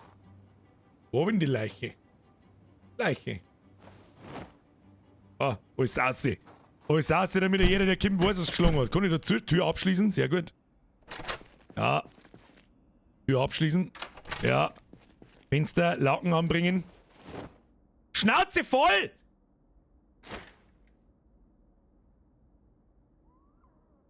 Vorhänge zuziehen. Heilige Scheiße. Die zweite Tür ist auf. Hab ich nicht gescheit gelesen. Tatsächlich. Hab ich nicht gescheit gelesen. Hallo, ich bin leicht unter Adrenalin. Lassen Sie mich bitte in Ruhe. Ich hab grad noch überlebt. Und schauen wir mal, ob der Essensautomat was rauslässt. Auf Boden sitzen, bauen, abbauen. Große Maschine. Oh, da sind Chips. Alter. Erst einmal Chips einfressen. Und dann abquatzen, Alter. Abquatzen. Rauchen. Oh. Oh. Oben noch Türe offen, jetzt wird er es da nicht geraucht. So. Jetzt geht's wieder. Das Game, Alter. Wir haben ja total fertig. Wir haben ja infiziert irgendwas, wir müssen irgendwie, was weiß ich, was wir finden müssen. Wir müssen uns waschen, wir müssen was trinken. Ich bin total fertig. So, waschen, du selber. Bevor es jetzt übrigens jeder wieder davor schleicht, weil es schon wieder nach 10 ist. Wer nicht auf Like drückt auf YouTube und ganz Twitch nicht auf YouTube umgeht und da auf Like drückt, der ist raus. Okay? Tobos Terror, die habe ich übersehen, tut mir leid, danke für deinen Zickel. Ja, Alter, was ist denn die Zeit hier? Jetzt bin ich schon seit vor der Justizzeit, vor der Justin-Zeit, ihr Zeit. Da meinst du mein Mikrofon von damals. Das meine ich, müssten schon 4 Jahre sein, das wird nicht ganz klar. Der Wahnsinn, wünsche dir und dem Rest des Streams einen schönen Abend, aber dritt, Herr Tobos Terror! Bussi aufs Nussi ebenfalls. Endlich geschmaucht, du, nach dem Waschen rauche ich noch mal, weil ich komme gar nicht mehr klar. Boah, wir haben einen Kühlschrank, wir haben eine Couch, da kann man schlafen, da oben ist die Tür noch offen, das Fenster müssen wir noch zumachen, da wird jetzt zubredelt. Da wird zubredelt! So, warte, Jeansstreifen reinigen, jawohl. Schwere Verletzung haben wir, das ist nicht gut, das ist wirklich gar nicht gut. Abbauen, waschen, alle Kleidung, das machen wir dann. So, oh shit. Kruzifix. Ah, geh durchs Ding rein, du Vollidiot.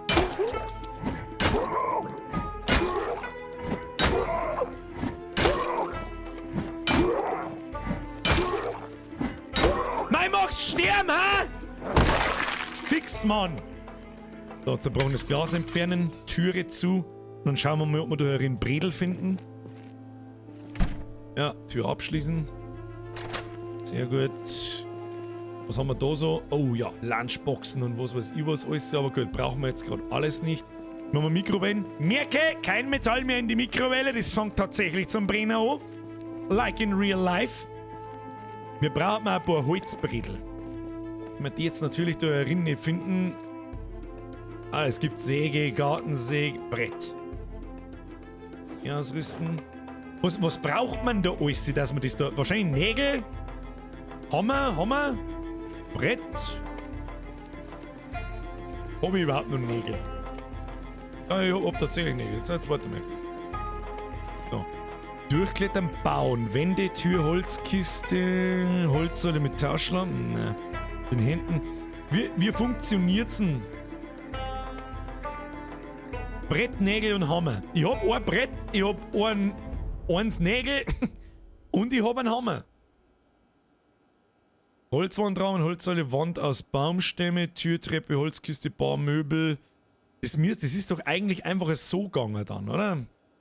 Wenn ich es im Inventar hab. Nicht? Wir legen das Ding wieder ab. So. Dir fehlt der Bahnhammer. Nein, ich hab einen Hammer. Da, ich hab einen Schlosserhammer oder brauche ich einen normalen Hammer? Da geht kein Schlosserhammer. Gut, der Schlosserhammer ist ein Eisenhammer. Und der Fäustel geht wahrscheinlich auch nicht. Da brauchen wir einen normalen Hammer, nehme ich an. Gut, da werden wir den erst dann finden. Einmal Gartensäge, hilft uns auch nicht. Päckchen mit Karotten. Lötkolben mit... Wir können auch den ganzen Scheiß da mal... Da kehrt der Wing sortiert. Schlosserhammer. Du hast keinen normalen Hammer. Ja, ich denke mir's schon. Dass das durchaus einen Unterschied macht. Aber da haben wir 2 Bretten. Wir nehmen mal mehrere Bredel mit und auch mit die Schachtel mit den Schrauben. Egal, ob uns das jetzt überfüllt oder nicht. Das ist mir jetzt halt wurscht. Schachtel mit Nägeln. Schauen wir mal. Ein normaler Hammer werden wir da drin aber den erst finden, oder? Hammer! Da haben wir einen Hammer! Haben wir einen Hammer? Freilich haben wir einen Hammer! Wir haben einen Hammer! Los geht's! Wir haben einen Hammer. So, und jetzt nagel die Fenster zu. Das ist immer das Erste, was wir tun. Leiche nehmen, durchklettern, Boden sitzen, bauen, sonstiges, Holzkreuz. Was soll mit dem Holzkreuz? Mach am besten die Schachtel mit Nägeln mal auf. Es kommt auch noch dazu, dass man die nicht einfach, oder was? Tatsächlich, man muss die auspackeln. Gut, muss man in Daisy auch, so ehrlich muss man sein. Wie viele Nägel hat man dann? 1. Habe ich dann 1 Nägel. Herzlichen Glückwunsch. Ja, ist wurscht. Rechtsklick, Leiche nehmen, Boden sitzen, bauen. Du brauchst mehr Nägel. Da ist da bloß ein noch. Also können da mehr oder weniger Nägel in einem Backerl sein, sehe ich das richtig? Machen wir nochmal alles durch da. Ein Brett, Schachtel mit Nägeln. Haben wir einfach nochmal. Schachtel mit Nägeln. Nägeln aus. Da kommen 2 Schachteln. Oh. Okay, jetzt haben wir 200 Nägel. Also wenn 200 Nägel nicht klauen, dann weiß ich auch nicht, Kinder. Hoppala, das wollte man nicht. Die Anzahl ist immer random. Okay. Ja, aber es ist ja legit.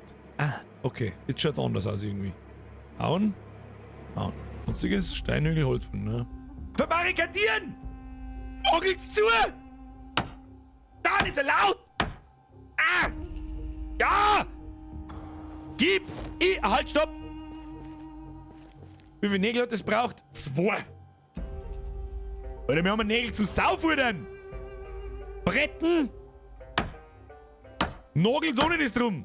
4 Bretter, dann ist ganz zu. Sprengig, guter Tipp. Wir haben da noch mehrere Bredel. Was wir mir jetzt tun, wir waschen uns jetzt einmal kurz die gesamte Kleidung, sonst wären wir depressiv. Mir bunkert wir uns da ein. Du kannst von innen und von außen verbarrikadieren, maximal 4 Bretter pro Seite. Dann kann man sogar 8 Bredel da reindreschen, okay? Ja, gut Ding braucht Weile. Kriegen wir schon hin. Wir haben unsere Base gefunden. Da habe ich jetzt auch rundherum nicht einen Teufel für Zombies gesehen, vorn draußen ein paar, aber wenn wir mir dann nicht die Ultra-Gaudi machen da drin, wird schon. Ja, ich glaube, das ist ganz gut. Und es gehört ein bisschen, wie soll ich sagen, da gehören ein paar Kisten arrangiert. Das heißt, das Zeug sortiert. Da das ganze Werkzeug, da das ganze Essen, da die ganzen Materialien wie Bredel. Dann kann man auch nochmal zu der Halle laufen, oben und so viel Bredel mitnehmen, wie es geht und so weiter und so weiter. Real Felix Ghost, oh mein Gott, ist das ein geiler Stream. Grüße aus Brandenburg. Schade, dass man dich nicht abonnieren kann. Mr. Real Felix, erstmal schöne Grüße nach Brandenburg. Es grenzt an ein absolutes Wunder, dass du auch nur ein Wort verstehst, was ich sage. Und ich rede jetzt absichtlich nicht künstlich halb Hochdeutsch.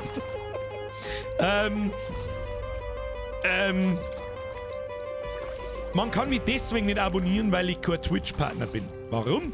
Weil ich zeitgleich auf YouTube und Twitch streame und, wie soll ich sagen, das erlaubt Twitch aber nicht. Darum bin ich kein Twitch-Partner. Wenn das irgendjemand um Gottes Willen, das sind diese ganzen Mitgliedschaften, die da aufploppen. Es gibt das gleiche wie der Dampfler, einer meiner Moderatoren hat einer geschrieben, Ausrufezeichen Sub.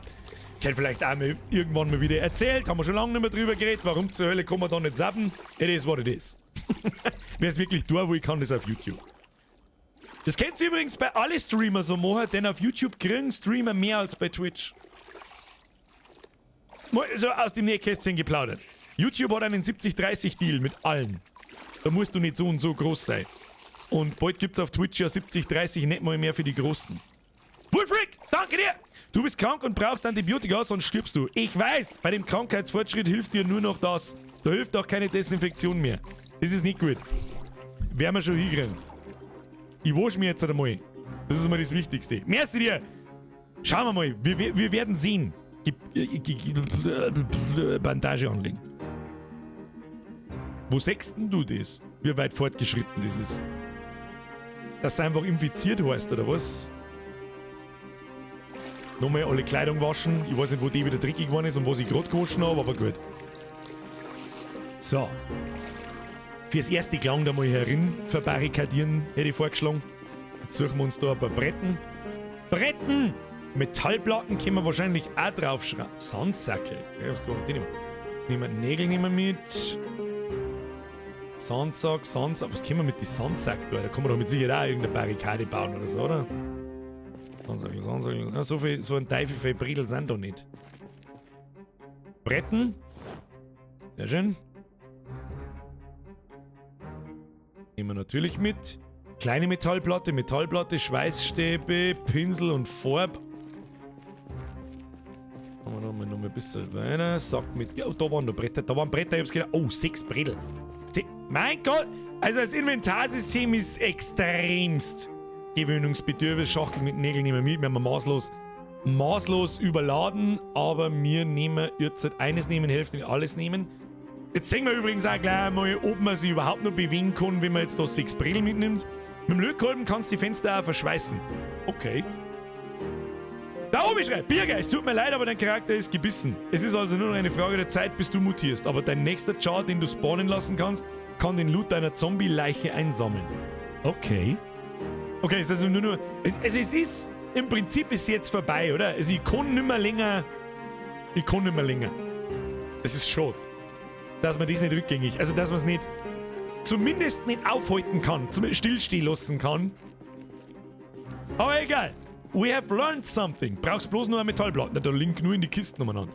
Aber wir haben da eine super Also einen super Platz gefunden für eine Base. Ich bin ja gespannt, wenn ich den nächsten Char spawnen lasse, ob die Machenschaften von ihm noch da sind.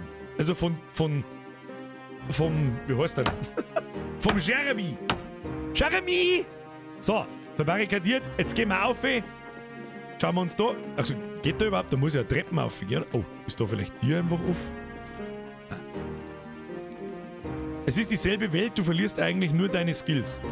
Das ist ja gut, da haben wir nicht viel. Seien wir uns ehrlich.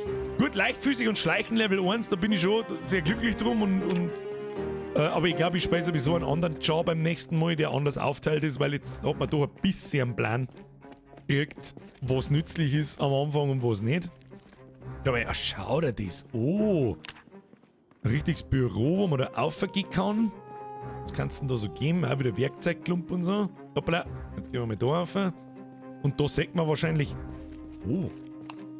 Oh. Ach, schau dir das an. Schau dir das an. Soll die hier sitzen? Kann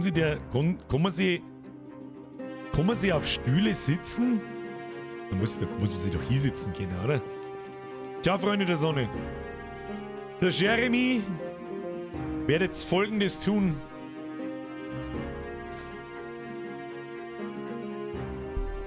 Aber wenn's verreckst, sollte eine Tür offen sein, oder? Das ist ein guter Punkt, ja.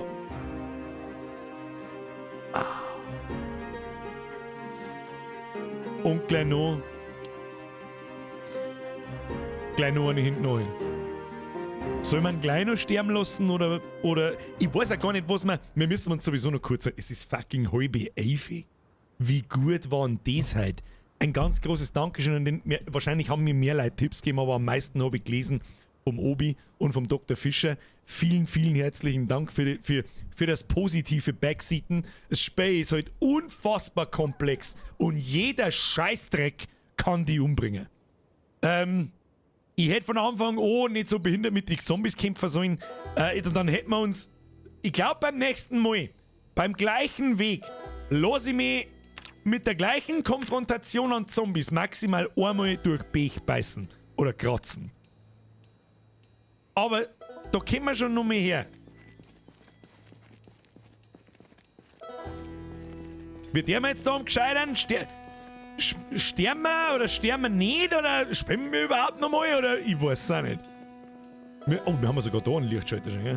Aber wir müssen halt alles verbarrikadieren da herin, weil die sehen das da herum wahrscheinlich auch. Loot erstmal hier lassen. Ich hab nicht so viel Loot, der irgendwie... Weißt du schon? Ich schmeiß jetzt das da in die Kisten rein. Das dauert ein bisschen. Die Base ist bestimmt geil, wenn die mehr ausbaut ist. Um das geht's ja. Und was halt Gold wert ist, alles ablegen und dann sterben gehen. Soll man... Fleischerbeil. Was bringt denn eigentlich die Karte von Muldraw? Karte lesen. Ist sie... Oh mein... Absolut geil, dass man das in-game finden kann. Und jetzt ist die Frage... Warte mal. Wenn man das jetzt anschaut, dann ist komplett. Das ist geil. Das ist wirklich geil gemacht. Das ist eine sehr große Hilfe. Da kannst du zumindest grob, wir haben da übrigens angefangen, da unten liegt der Schrotflinten. Haben wir irgendwo da geisteskrank umeinander gelaufen in das Sägewerk, da einer und diese Base, die werden wir uns merken. Da machen wir ein Sonnensymbol hin. Da. Und gut ist. Aber als Stuff bleibt erhalten, oder? Wenn du stirbst, kannst du beim nächsten Jar wieder da hin. Ja, genau. Also die Welt im Prinzip ist persistent, wenn ich das richtig verstanden habe. Und du spawnst gerade mit einem neuen Jar. Und dann ist sogar dein alter Jar, wenn ich mich richtig erinnere, ist ein Zombie, den du dann erschlagen kannst. Glaube ich. Please, korrigieren Sie mich. Wurflich schon wieder. Du kannst die Zombifizierung verhindern, indem du Bleichmittel saufst. Das bringt dich um und dann bleibt deine Leiche dort liegen, ganz ohne Zombie. Da wissen schon wieder Leute sauber 2 Sachen. Ich merke schon. So, alles was wir brauchen. Kippen und Feuerzeug ist das Allerwichtigste. Kippen und Feuerzeug. 3 Pfund Nägel. Einem im Schund. Nägel. Hammer. Schutzhelm. Braucht der nächste auf alle Fälle. Die Tasche ist wichtig, da haben wir wirklich nicht viel gefunden. Ein Schlüsselbund wirft man eine und dann haben wir nicht mehr... Oh, die Brechstange ist auch wichtig. So. Und dann geht der Jeremy den Gang des Gerecht... Jetzt kann ich nicht mehr aufsperren, oder? Ja, da ist das Fenster eh off. Darum machen wir jetzt einfach so. Meine sehr verehrten Damen und Herren. Meine sehr verehrten Damen und Herren, wir begleiten Jeremy Pascal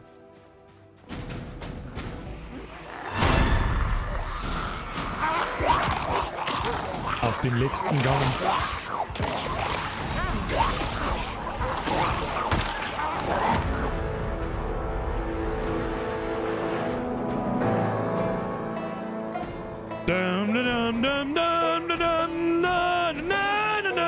Und jetzt läuft er da als Zombie umeinander. Du hast 2 Tage, 18 Stunden überlebt und 53 Zombies getötet. Spielmodus Überlebende. Muss ich da jetzt irgendwie speichern oder so? Nein, das ist immer automatisch. Oder wieder zurück zum Hauptmenü. Also wenn ich da jetzt auf zurück zum Hauptmenü tue und nicht auf neuen Charakter erstellen, dann ist alles cool und beim nächsten Mal können wir weiterspielen, oder? Soundtrack ist auch cool irgendwie. Kannst sagen, was du magst. Für Indie-Game stark. Oh. Erstmal neuen Char. Okay, wenn der Dr. Fischer das groß schreibt, neuer Char. Wieder in Muldraw. Weiter. Wir machen einen Feuerwehrmann. Axt, Fitness, Sprinten, Stärke, das ist ein guter. Wir machen einen Feuerwehrmann. So schaut's aus.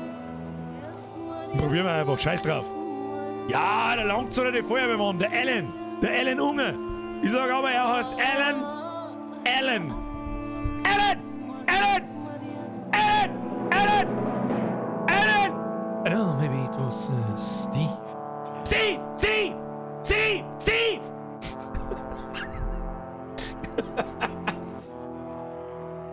Vielleicht ist es aber auch der Alan. Steve! Ich hab fast was vergessen. Plus, der Topfzeit auf alle Fälle. Huh? We died. Ich hätte mir aber auch gern selber umgebracht, muss ich dir sagen. Who the fuck is Alan?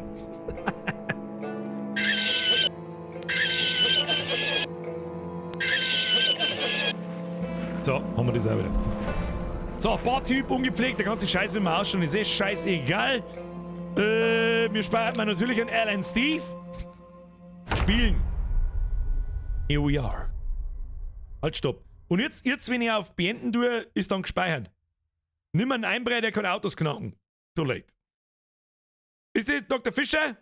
Ah, das hat der Dr. Fischer geschrieben. Ja, das habe ich jetzt spät gelesen. I'm sorry.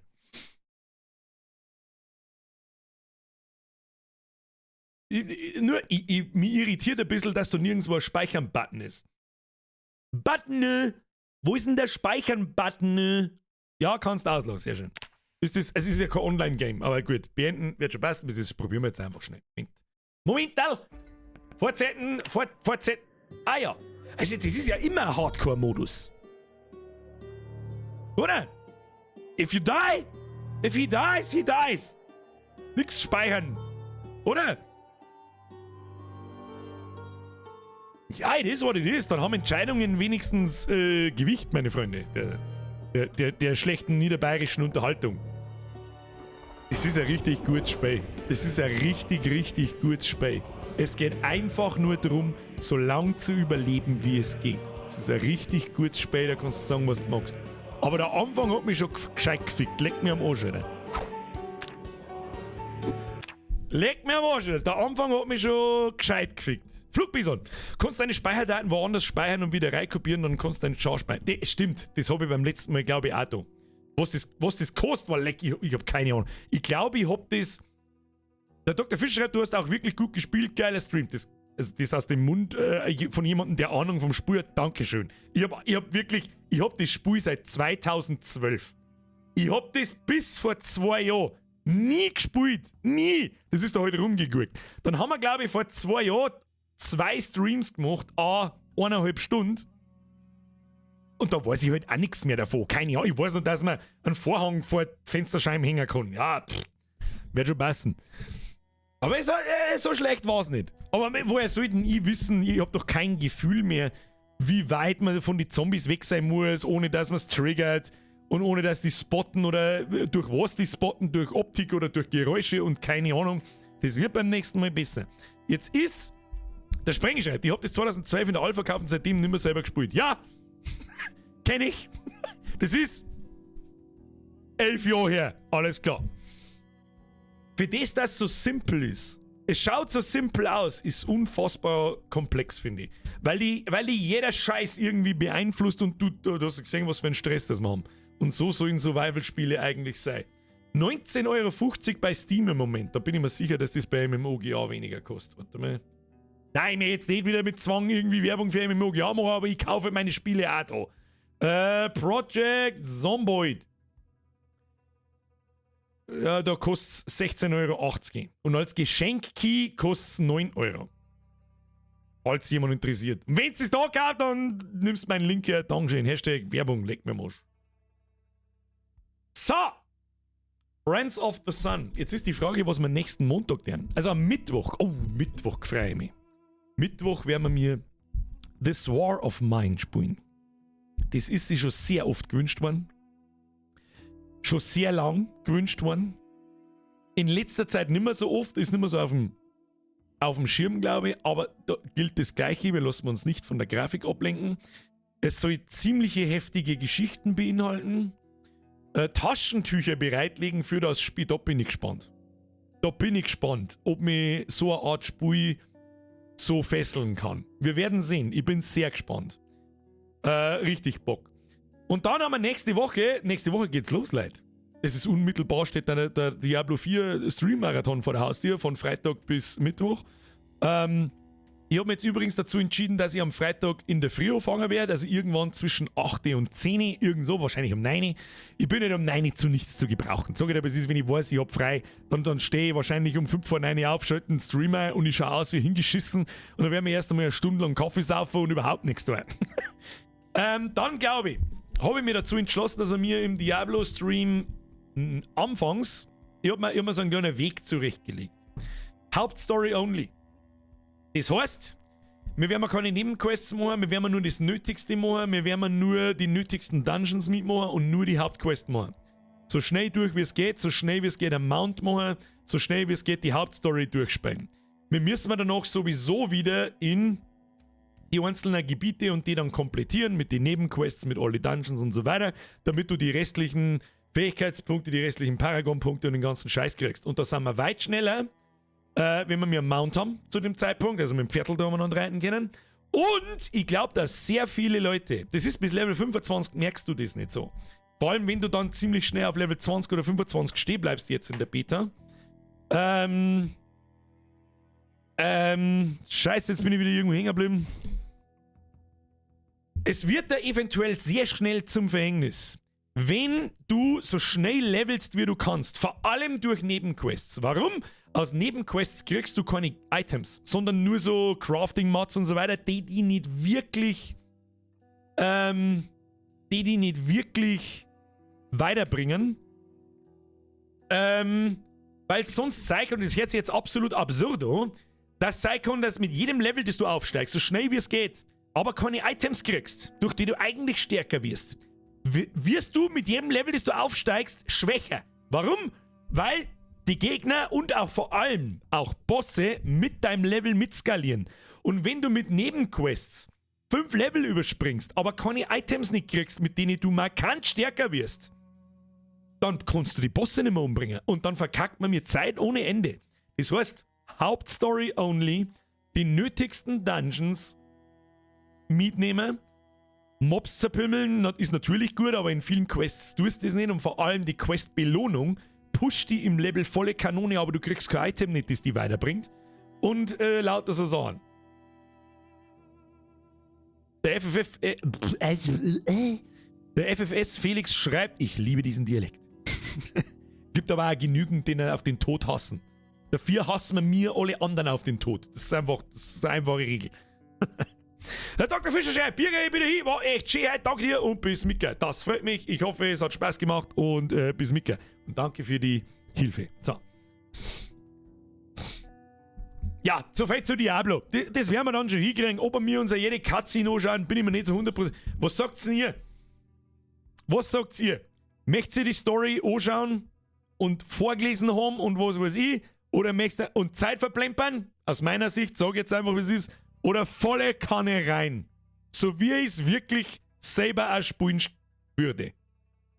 Möchtest du die scheiß Cutscenes sehen? Oder möchtest du sehen, wie ich tatsächlich spielen darf?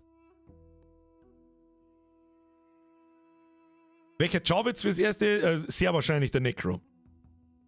Volle Rotze rein, volle Gasmeter machen, Cutscenes sind halt geil, Dialoge kannst du skippen. Okay. Dann gibt es 3 Stufen. Wir schauen uns alles an, also auch die Gespräche, die so in die Quests stattfinden, nur in die Hauptquests, nicht in die Nebenquests. Das sowieso nicht, das stehe ich gar nicht zur Auswahl. Also wirklich nur die rentable Story. Dialoge und Cutscenes oder nur Cutscenes? Und dieses Scheißgelaber von irgendwelchen Trottel, nicht. Cutscenes? Gut, Cutscenes hätte ich mir wahrscheinlich sowieso geschaut. Ich bin für Cutscenes only. Und so am Sonntag dann, wenn wir mal durch sind mit der Hauptstory, ich glaube sowieso, dass wir am Samstag schon durch sind, wenn nicht sogar am Freitag in der Nacht irgendwann. Weil recht lang, glaube ich, dauert es nicht, wenn wir Gas geben, so wie ich vorhab, Gas zu geben. Dann machen wir nur Cutscenes. Das sind ja eh nicht viel. Da kommt sowieso, wie viele Cutscenes kämen denn im ersten Akt? Ich glaube 2. Die werden wir verkraften. Also wenn ich keine 2-3 Minuten Zeit habe für eine Cutscene. Ich werde sowieso jede Stunde mindestens einmal zum Raucher gehen. Ja? Das muss ich mir halt sparen dann bei den Dialogen. Hilft nicht. Ich bin für, ich spiele es selber. Jetzt, Partner, das ist ja mir völlig wurscht, ihr könnt das alle selber spielen. Das ist ja mir Banane. Aber wer Diablo 4 wegen der Story spielt, ist hier falsch. Ehrlich, Fragezeichen, Cutscenes und Story spiele ich selber später. Ja, da kannst du es dann ja im Detail hören. Aber Cutscenes werden wir auch schauen. Und am Samstag, Sonntag, wenn wir durch sind, werden wir uns mal irgendein Story-Zusammenfassungsvideo von irgendjemandem suchen und das so schauen. Mich interessiert es ja auch. Aber was erwarten wir denn für eine glorreiche Story? Okay, da ist jetzt der eine komische Typ, der hat Lilith zurückgeholt. Das ist eine von den 5 Übel. Dann holt die anderen 3 Übel zurück, an Diablo, an Mephisto und an Baal und den 5., den kennen wir noch nicht, der kommt dann mit dem Addon. Und dann wir prügeln alle tot und es ist wieder zu Ende. Krasse Story, geil. Also, Und lass mich raten, der Inarius ist das 5. Übel. Oder irgendein Scheiß. Die Mama Lilith wird den Scheiß rocken. Ist der Druide schon zusammengebaut? Nö. Kommt auch das mir nicht, diesen Freitag bin ich leider nicht da. Aber was heißt nicht da? Es ist halt schön draußen. Unsere Grillsaison fängt einfach an. Da habe ich nicht mehr so viel Zeit am Wochenende zum Streamen. Deswegen werden die 3 Streams pro Woche, oder die Wochenend-Streams besser gesagt, die werden über den Sommer wahrscheinlich ein bisschen mau ausfallen. Dafür, nach der Sommerpause, geht es wieder weiter, versprochen. So wie wir das jetzt auch wirklich, da bin ich auch ein bisschen stolz auf mich, so wie wir das im März, April und jetzt auch teilweise im Mai noch durchzusammen haben. Ich hoffe, da ist ja jeder zufrieden damit, dass es einfach ein bisschen mehr Streams gibt und nicht so viele Videos, wobei ich gerade ein Video mache. Aber ja, Justizveranstalterin, ich habe leider Dienst, aber dann ist genug Material für Nachschau-Squad für deine kurze Sommerpause. Also, ich muss auch wieder dazu sagen, ich meine, die Leute, die jetzt noch da haben, die haben es schon gehört. Das wird eine andere Art von Stream. Das muss euch bewusst sein. Das ist nicht so wie da rumblödeln, wie die Sau und auf 180 sein, sondern das ist ein purer Gaming-Stream. Da geht es jetzt ums Zocken. Da geht es nicht ums Blödeln, sondern da geht es ums, jetzt wird gezockt und es wird das Beste aus dem Speer rausgeholt und untereinander geschmatzt, sich über Builds unterhalten. Es wird auch noch einen extra Discord-Channel geben. Hey, vielleicht brauchen wir einen, ich weiß es nicht. Wir haben ja schon für einen größeren Schmarrn einen extra Discord-Channel gemacht, wo man über Builds diskutieren kann innerhalb der Community und so weiter. Bin ich gespannt. Ja, das wird, da wird auch mal, wenn ich 5 Minuten da sitze und keinen Ton nicht sage, dann ist das so. Flo, die hab ich übersehen. Merci für den Zwickelhof, du bist noch da. Bin für heute raus, Chef. Ich muss mal wieder auf Messerzifix, Kruzifix. Tut mir leid für den Roman heute vor. Ja, bitte entschuldige dich, dass du mir was geschrieben hast und mir eine Donation da lassen. Ich hoffe, du bist lange noch dabei und du weißt, dass es ein Witz war. Hab einen Frust wie sonst noch was gehabt. Dein Stream hat geholfen, hat mich wieder richtig aufgebaut. Mehr Bürgerstream, mehr gut. Flo, ich hoffe, Sie schlafen gut, erholen Sie sich gut und einfach durch. Einfach durch. Augen zu und durch die Mess. Hilft nicht. Umso schöner fühlen sie sich ab, wenn es gut ist. Kannst du das, dass du mal das Game nicht viel kommentierst? Nein. Aber nicht so. Oh, da, Waffen da. Das wäre halt einfach, ich sage jetzt mal, 8 Stunden bis 14 Stunden am Stück nicht funktionieren. Und wenn, dann bin ich komplett fertig und ja. Detmar schreibt Thema Diablo. Jawohl. Also sowohl jetzt gerade im Gespräch als auch dann, ich meine jetzt den Discord-Channel, falls das die Frage war. Gut, dass ich am Donnerstag Urlaub habe, 5 Wochen Diablo, ich bin am Start, weil 5 Wochen ist hart. Also 5 Wochen da ich wahrscheinlich jetzt, wo es gerade wieder schön wird, nicht einbuttern. Am Anfang war es gefährlich, aber ich bin dann auch im Urlaub, ich bin dann auch fort, ab Mittwoch auf die Nacht. Gibt es dann auch eine Woche keine Streams. Und wird wahrscheinlich gut tun. Sag ich dir, was es ist. Wir machen es jetzt eigentlich mit Steuerung. Nimmst schon Maus und Tastatur oder durch Controller fürs Movement? Der Junker, sehr gute Frage. Ich muss ganz ehrlich sagen, also für mich ist grundsätzlich klar, Maus und Tastatur auf Diablo, alles andere hat die Kontrolle über sein Leben verloren. Dennoch ist fürs Zurücklernen und gemütlich drinhängen, ist einfach der Controller schon ganz geil. Und es spielt sich auch ganz gut. Aber es gibt massive Probleme, ich glaube, da haben wir damals schon drüber geredet. Es gibt ja ein paar Movement-Skills. Zum Beispiel der Barb hat sein Leap. Das ist sein Sprunghieb, glaube ich, heißt das sogar. Ich weiß nicht. Die Magierin hat einen Blink und lauter so Sachen. Und mit der Maus kannst du halt ganz an den Rand auszielen, wo du die Hieb blinken möchtest mit dem Teleport, druckst und bist dann dort. Und das kannst du mit dem Controller nicht. Du kannst mit dem Controller einfach nicht so gezielt auf Gegner zielen und so weiter. Und das hat mich zu Tode genervt. Dass ich mit Maus und Tastatur über den ganzen Monitor springen kann, aber mit dem Controller gefühlt bloß so weit. Oder gefühlt ein Viertel davon. Obi, gute Nacht, Bürger. Merci für dein Vertrauen und dass du immer das gemacht hast, was ich gesagt habe. Es hat sich für mich vernünftig angehört. Es war wie wenn ich mitspielen könnte. Herr Obi, ich sag danke. Sie bedanken sich da heute bei niemandem. Dankeschön, gute Nacht. Birger beschwert sich über Donates, verdient aber dran stabil. Der Bo ist aber noch nicht lang dabei, glaube ich. Wann beschwer mich nicht über Donations? So, und darum werde ich wahrscheinlich. Aber. Ja, ich weiß nicht, ob ich mit Controller oder Maus spielen sehe. Warum? Der Necromancer, wenn ich ihn wirklich spiele, hat kein Movement-Skill. Sowas wie ein Teleport oder ein Leap, wo du über den ganzen Monitor springen kannst. Sowas hat er halt einfach nicht. Ist ein Nachteil vom Necro. Als Klasse. Und darum war der Controller eigentlich. Aber was mir dann wieder anders auffällt, ist, durchs Inventar mit dem Gamepad, da krieg ich's kotzen. Ich hab schon überlegt, ob ich unterm Spulen nehme ich das Gamepad und zum Inventar durchscrollen nehme ich mit Maus. Weil warum nicht? Ist ja wurscht. Ja, schauen wir mal. Fürs gemütlich zocken werde ich einen Controller verwenden, für schwerere Stellen werde ich auf Maus und Tastatur switchen. Geht ja on the fly. Das stimmt. Ja, genauso wie ich es gerade erklärt habe. Und ich bin mir auch ziemlich sicher, dass da ziemlich zähe Bosse kommen. Und da, wenn du einmal daneben drückst, dann bist du halt hin. Das wird passieren, bin ich mir sicher. Ich werde auch entweder mit Thorn Necro oder Storm Druid anfangen und fürs Inf nehme ich sowieso Maus. Ja, geht's alle so. Ja, ich merke schon. Blizzard hat sich aber auch schon dazu geäußert, dass er die Movement-Geschichten mit dem Controller, also vor allem die Movement-Skills, Leap und Teleport und was weiß ich, was der Druid hat und was weiß ich, was gibt's noch? Und was der Ding hat, der Hunter, der hat mit Sicherheit was Ähnliches, irgendwo, keine Ahnung, Schattenschritt oder irgendein Scheiß, bis er da ist, dass sie die Probleme gehört haben und dass sie sich was einfallen lassen dazu. Aber wie das geht, so weiß ich nicht. Du brauchst einen Cursor, wo du hinzielst, wo du hin willst. Naja. Der Depth-Counter wird sich gereinigt bei Diablo 4. Ich glaube, dass man einen Depth-Counter bei Diablo 4, ja, ich glaube nicht, dass ich so oft stirb. Oder nicht, Obi? Im Endgame vielleicht ja. Aber im Normalen, ich werde auch auf dem unteren Schwierigkeitsgrad spielen. Sag ich dir auch, was ist. Warum? Weil ich mit der Hauptstory so schnell durchkommen möchte, wie es geht. Und du für den World Tier 2 nicht wirklich mehr kriegst. Da droppen die Viecher nicht mehr Items. Du kriegst ein Tippfall mehr XP und ein Tippfall mehr Gold. Und das aber, dass die Viecher doppelt so viel aushalten und du doppelt so lange brauchst zum draufhauen. Sehe ich nicht ein. Volle Kanone, Alter. Garantiere dir, dass ich schneller bin als der Rest. In der Zeit, wo du ein Viech zusammenhaust, eine Elite zusammenhaust, hau ich halt 2 zusammen. Oder 1,5. Und krieg dadurch mehr XP wie den Bonus, den du auf World Tier 2 kriegst. Bin ich mir 100%ig sicher. Da kannst du jemanden Diablo empfehlen, der noch nie Diablo gespielt hat. Es kommt ganz drauf an, ob du was mit Action-RPGs anfangen kannst. Wenn du noch nie ein anderes Action-RPG angeschaut hast oder gespielt hast, dann kann ich es dir nicht sagen, ob du für die Loot-Spirale anfällig bist oder nicht. Kann ich dir nicht sagen.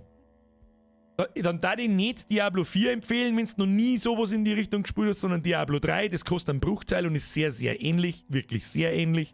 Und nicht 70 Euro, beziehungsweise 90 Euro. Und dann ist das Ziel 100% Vervollständigung, oder wie?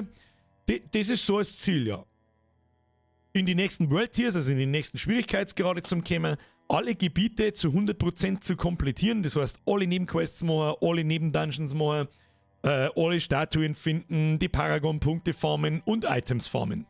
Und dann kämen Nightmare Dungeons, die haben ultra schwer, damit du auf die nächste World Tier kommst, also auf die nächste Schwierigkeitsstufen. Gibt es einen Boss, also ja, ich weiß jetzt gar nicht, wie der heißt. Hat einen bestimmten Begriff. Ist wurscht. Du musst auf alle Fälle einen Boss umhauen, für den musst du stark genug sein, sonst schaffst du nicht und kommst nicht in die nächste Schwierigkeitsstufen. Und da musst du aufhören. Das ist so das Ziel.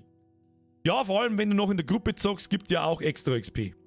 Das habe ich vorher schon erklärt. Wer auf schnelle XP geht, macht, wenn er Pech hat, den größten Fehler, den er machen kann. Nur weil du in der Gruppe spielst, heißt das nicht, dass du mehr Items kriegst. Und mit jeder Stufe leveln deine Gegner mit, vor allem Bosse. Und wenn du keine Items kriegst in der Zwischenzeit, dann kannst du die Bosse nicht mehr umbringen.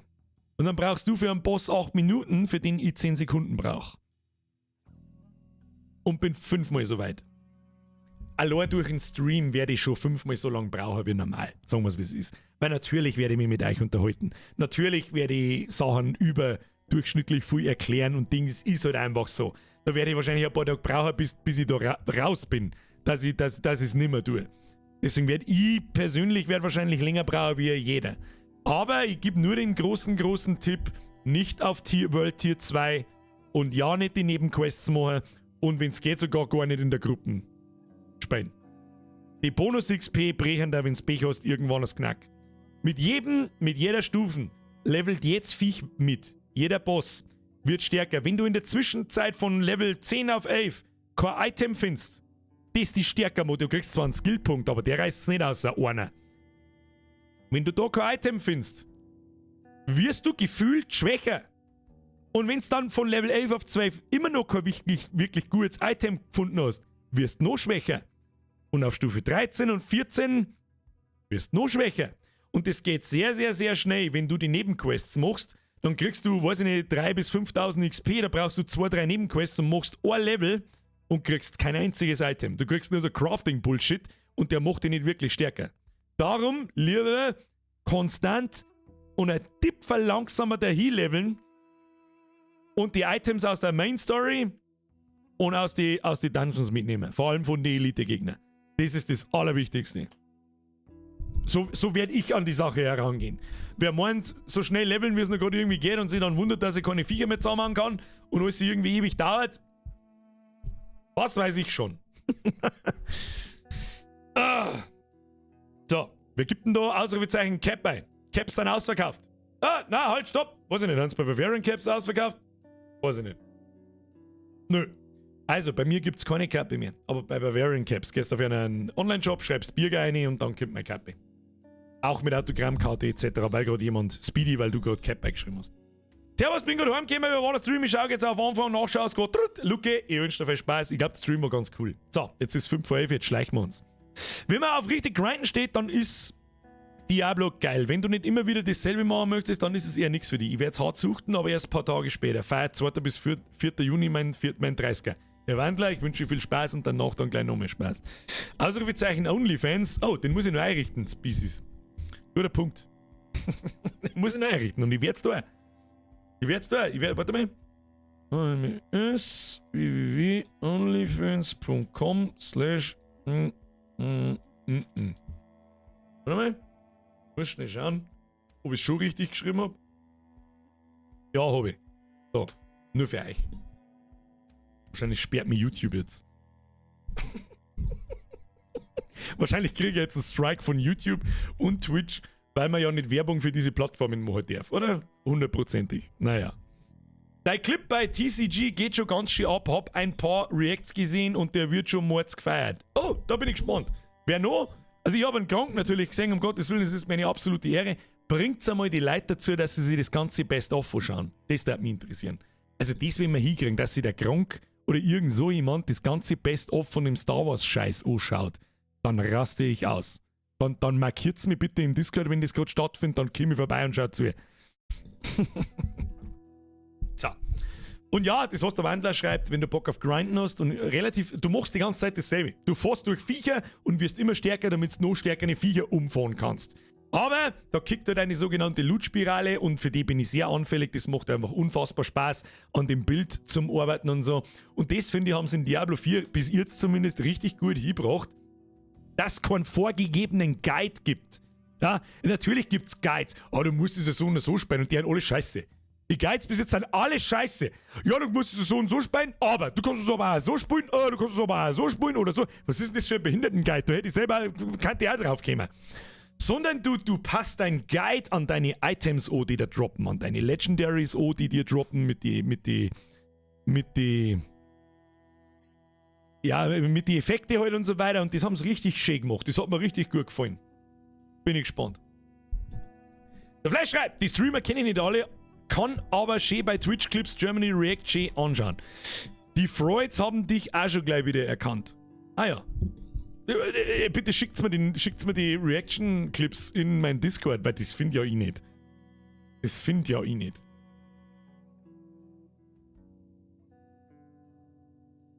So, dann, ich fange jetzt mit The Last of Us an, kann das, was, hast du schon weitergeschaut?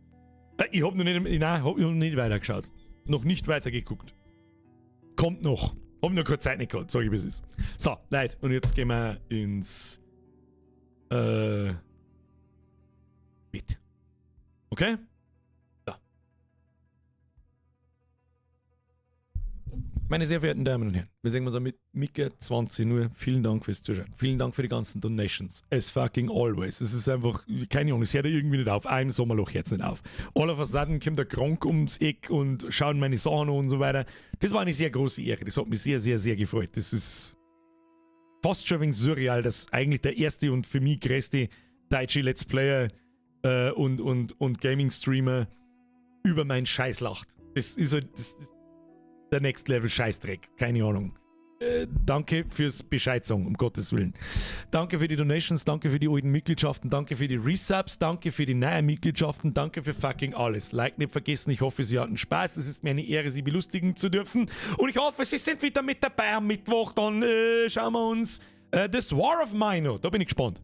Und dann würde ich sagen, Schluss jetzt. Triple F für die Moderatoren. Wer nicht mitmacht, ist ein Gocki Würstel. Und jetzt schleicht's euch. Guten Morgen, habe! Oh Gott, Birgerin ist wahrscheinlich schon wieder im Bett und die schlucken mir wieder kurz wieder Bleiflicken und dann stirb ich wieder Jeremy. Schleicht's euch jetzt. Hashtag Strapse, Hashtag Jeremy, Hashtag Pascal. Habe die Ehre. Bis Mittwoch 20.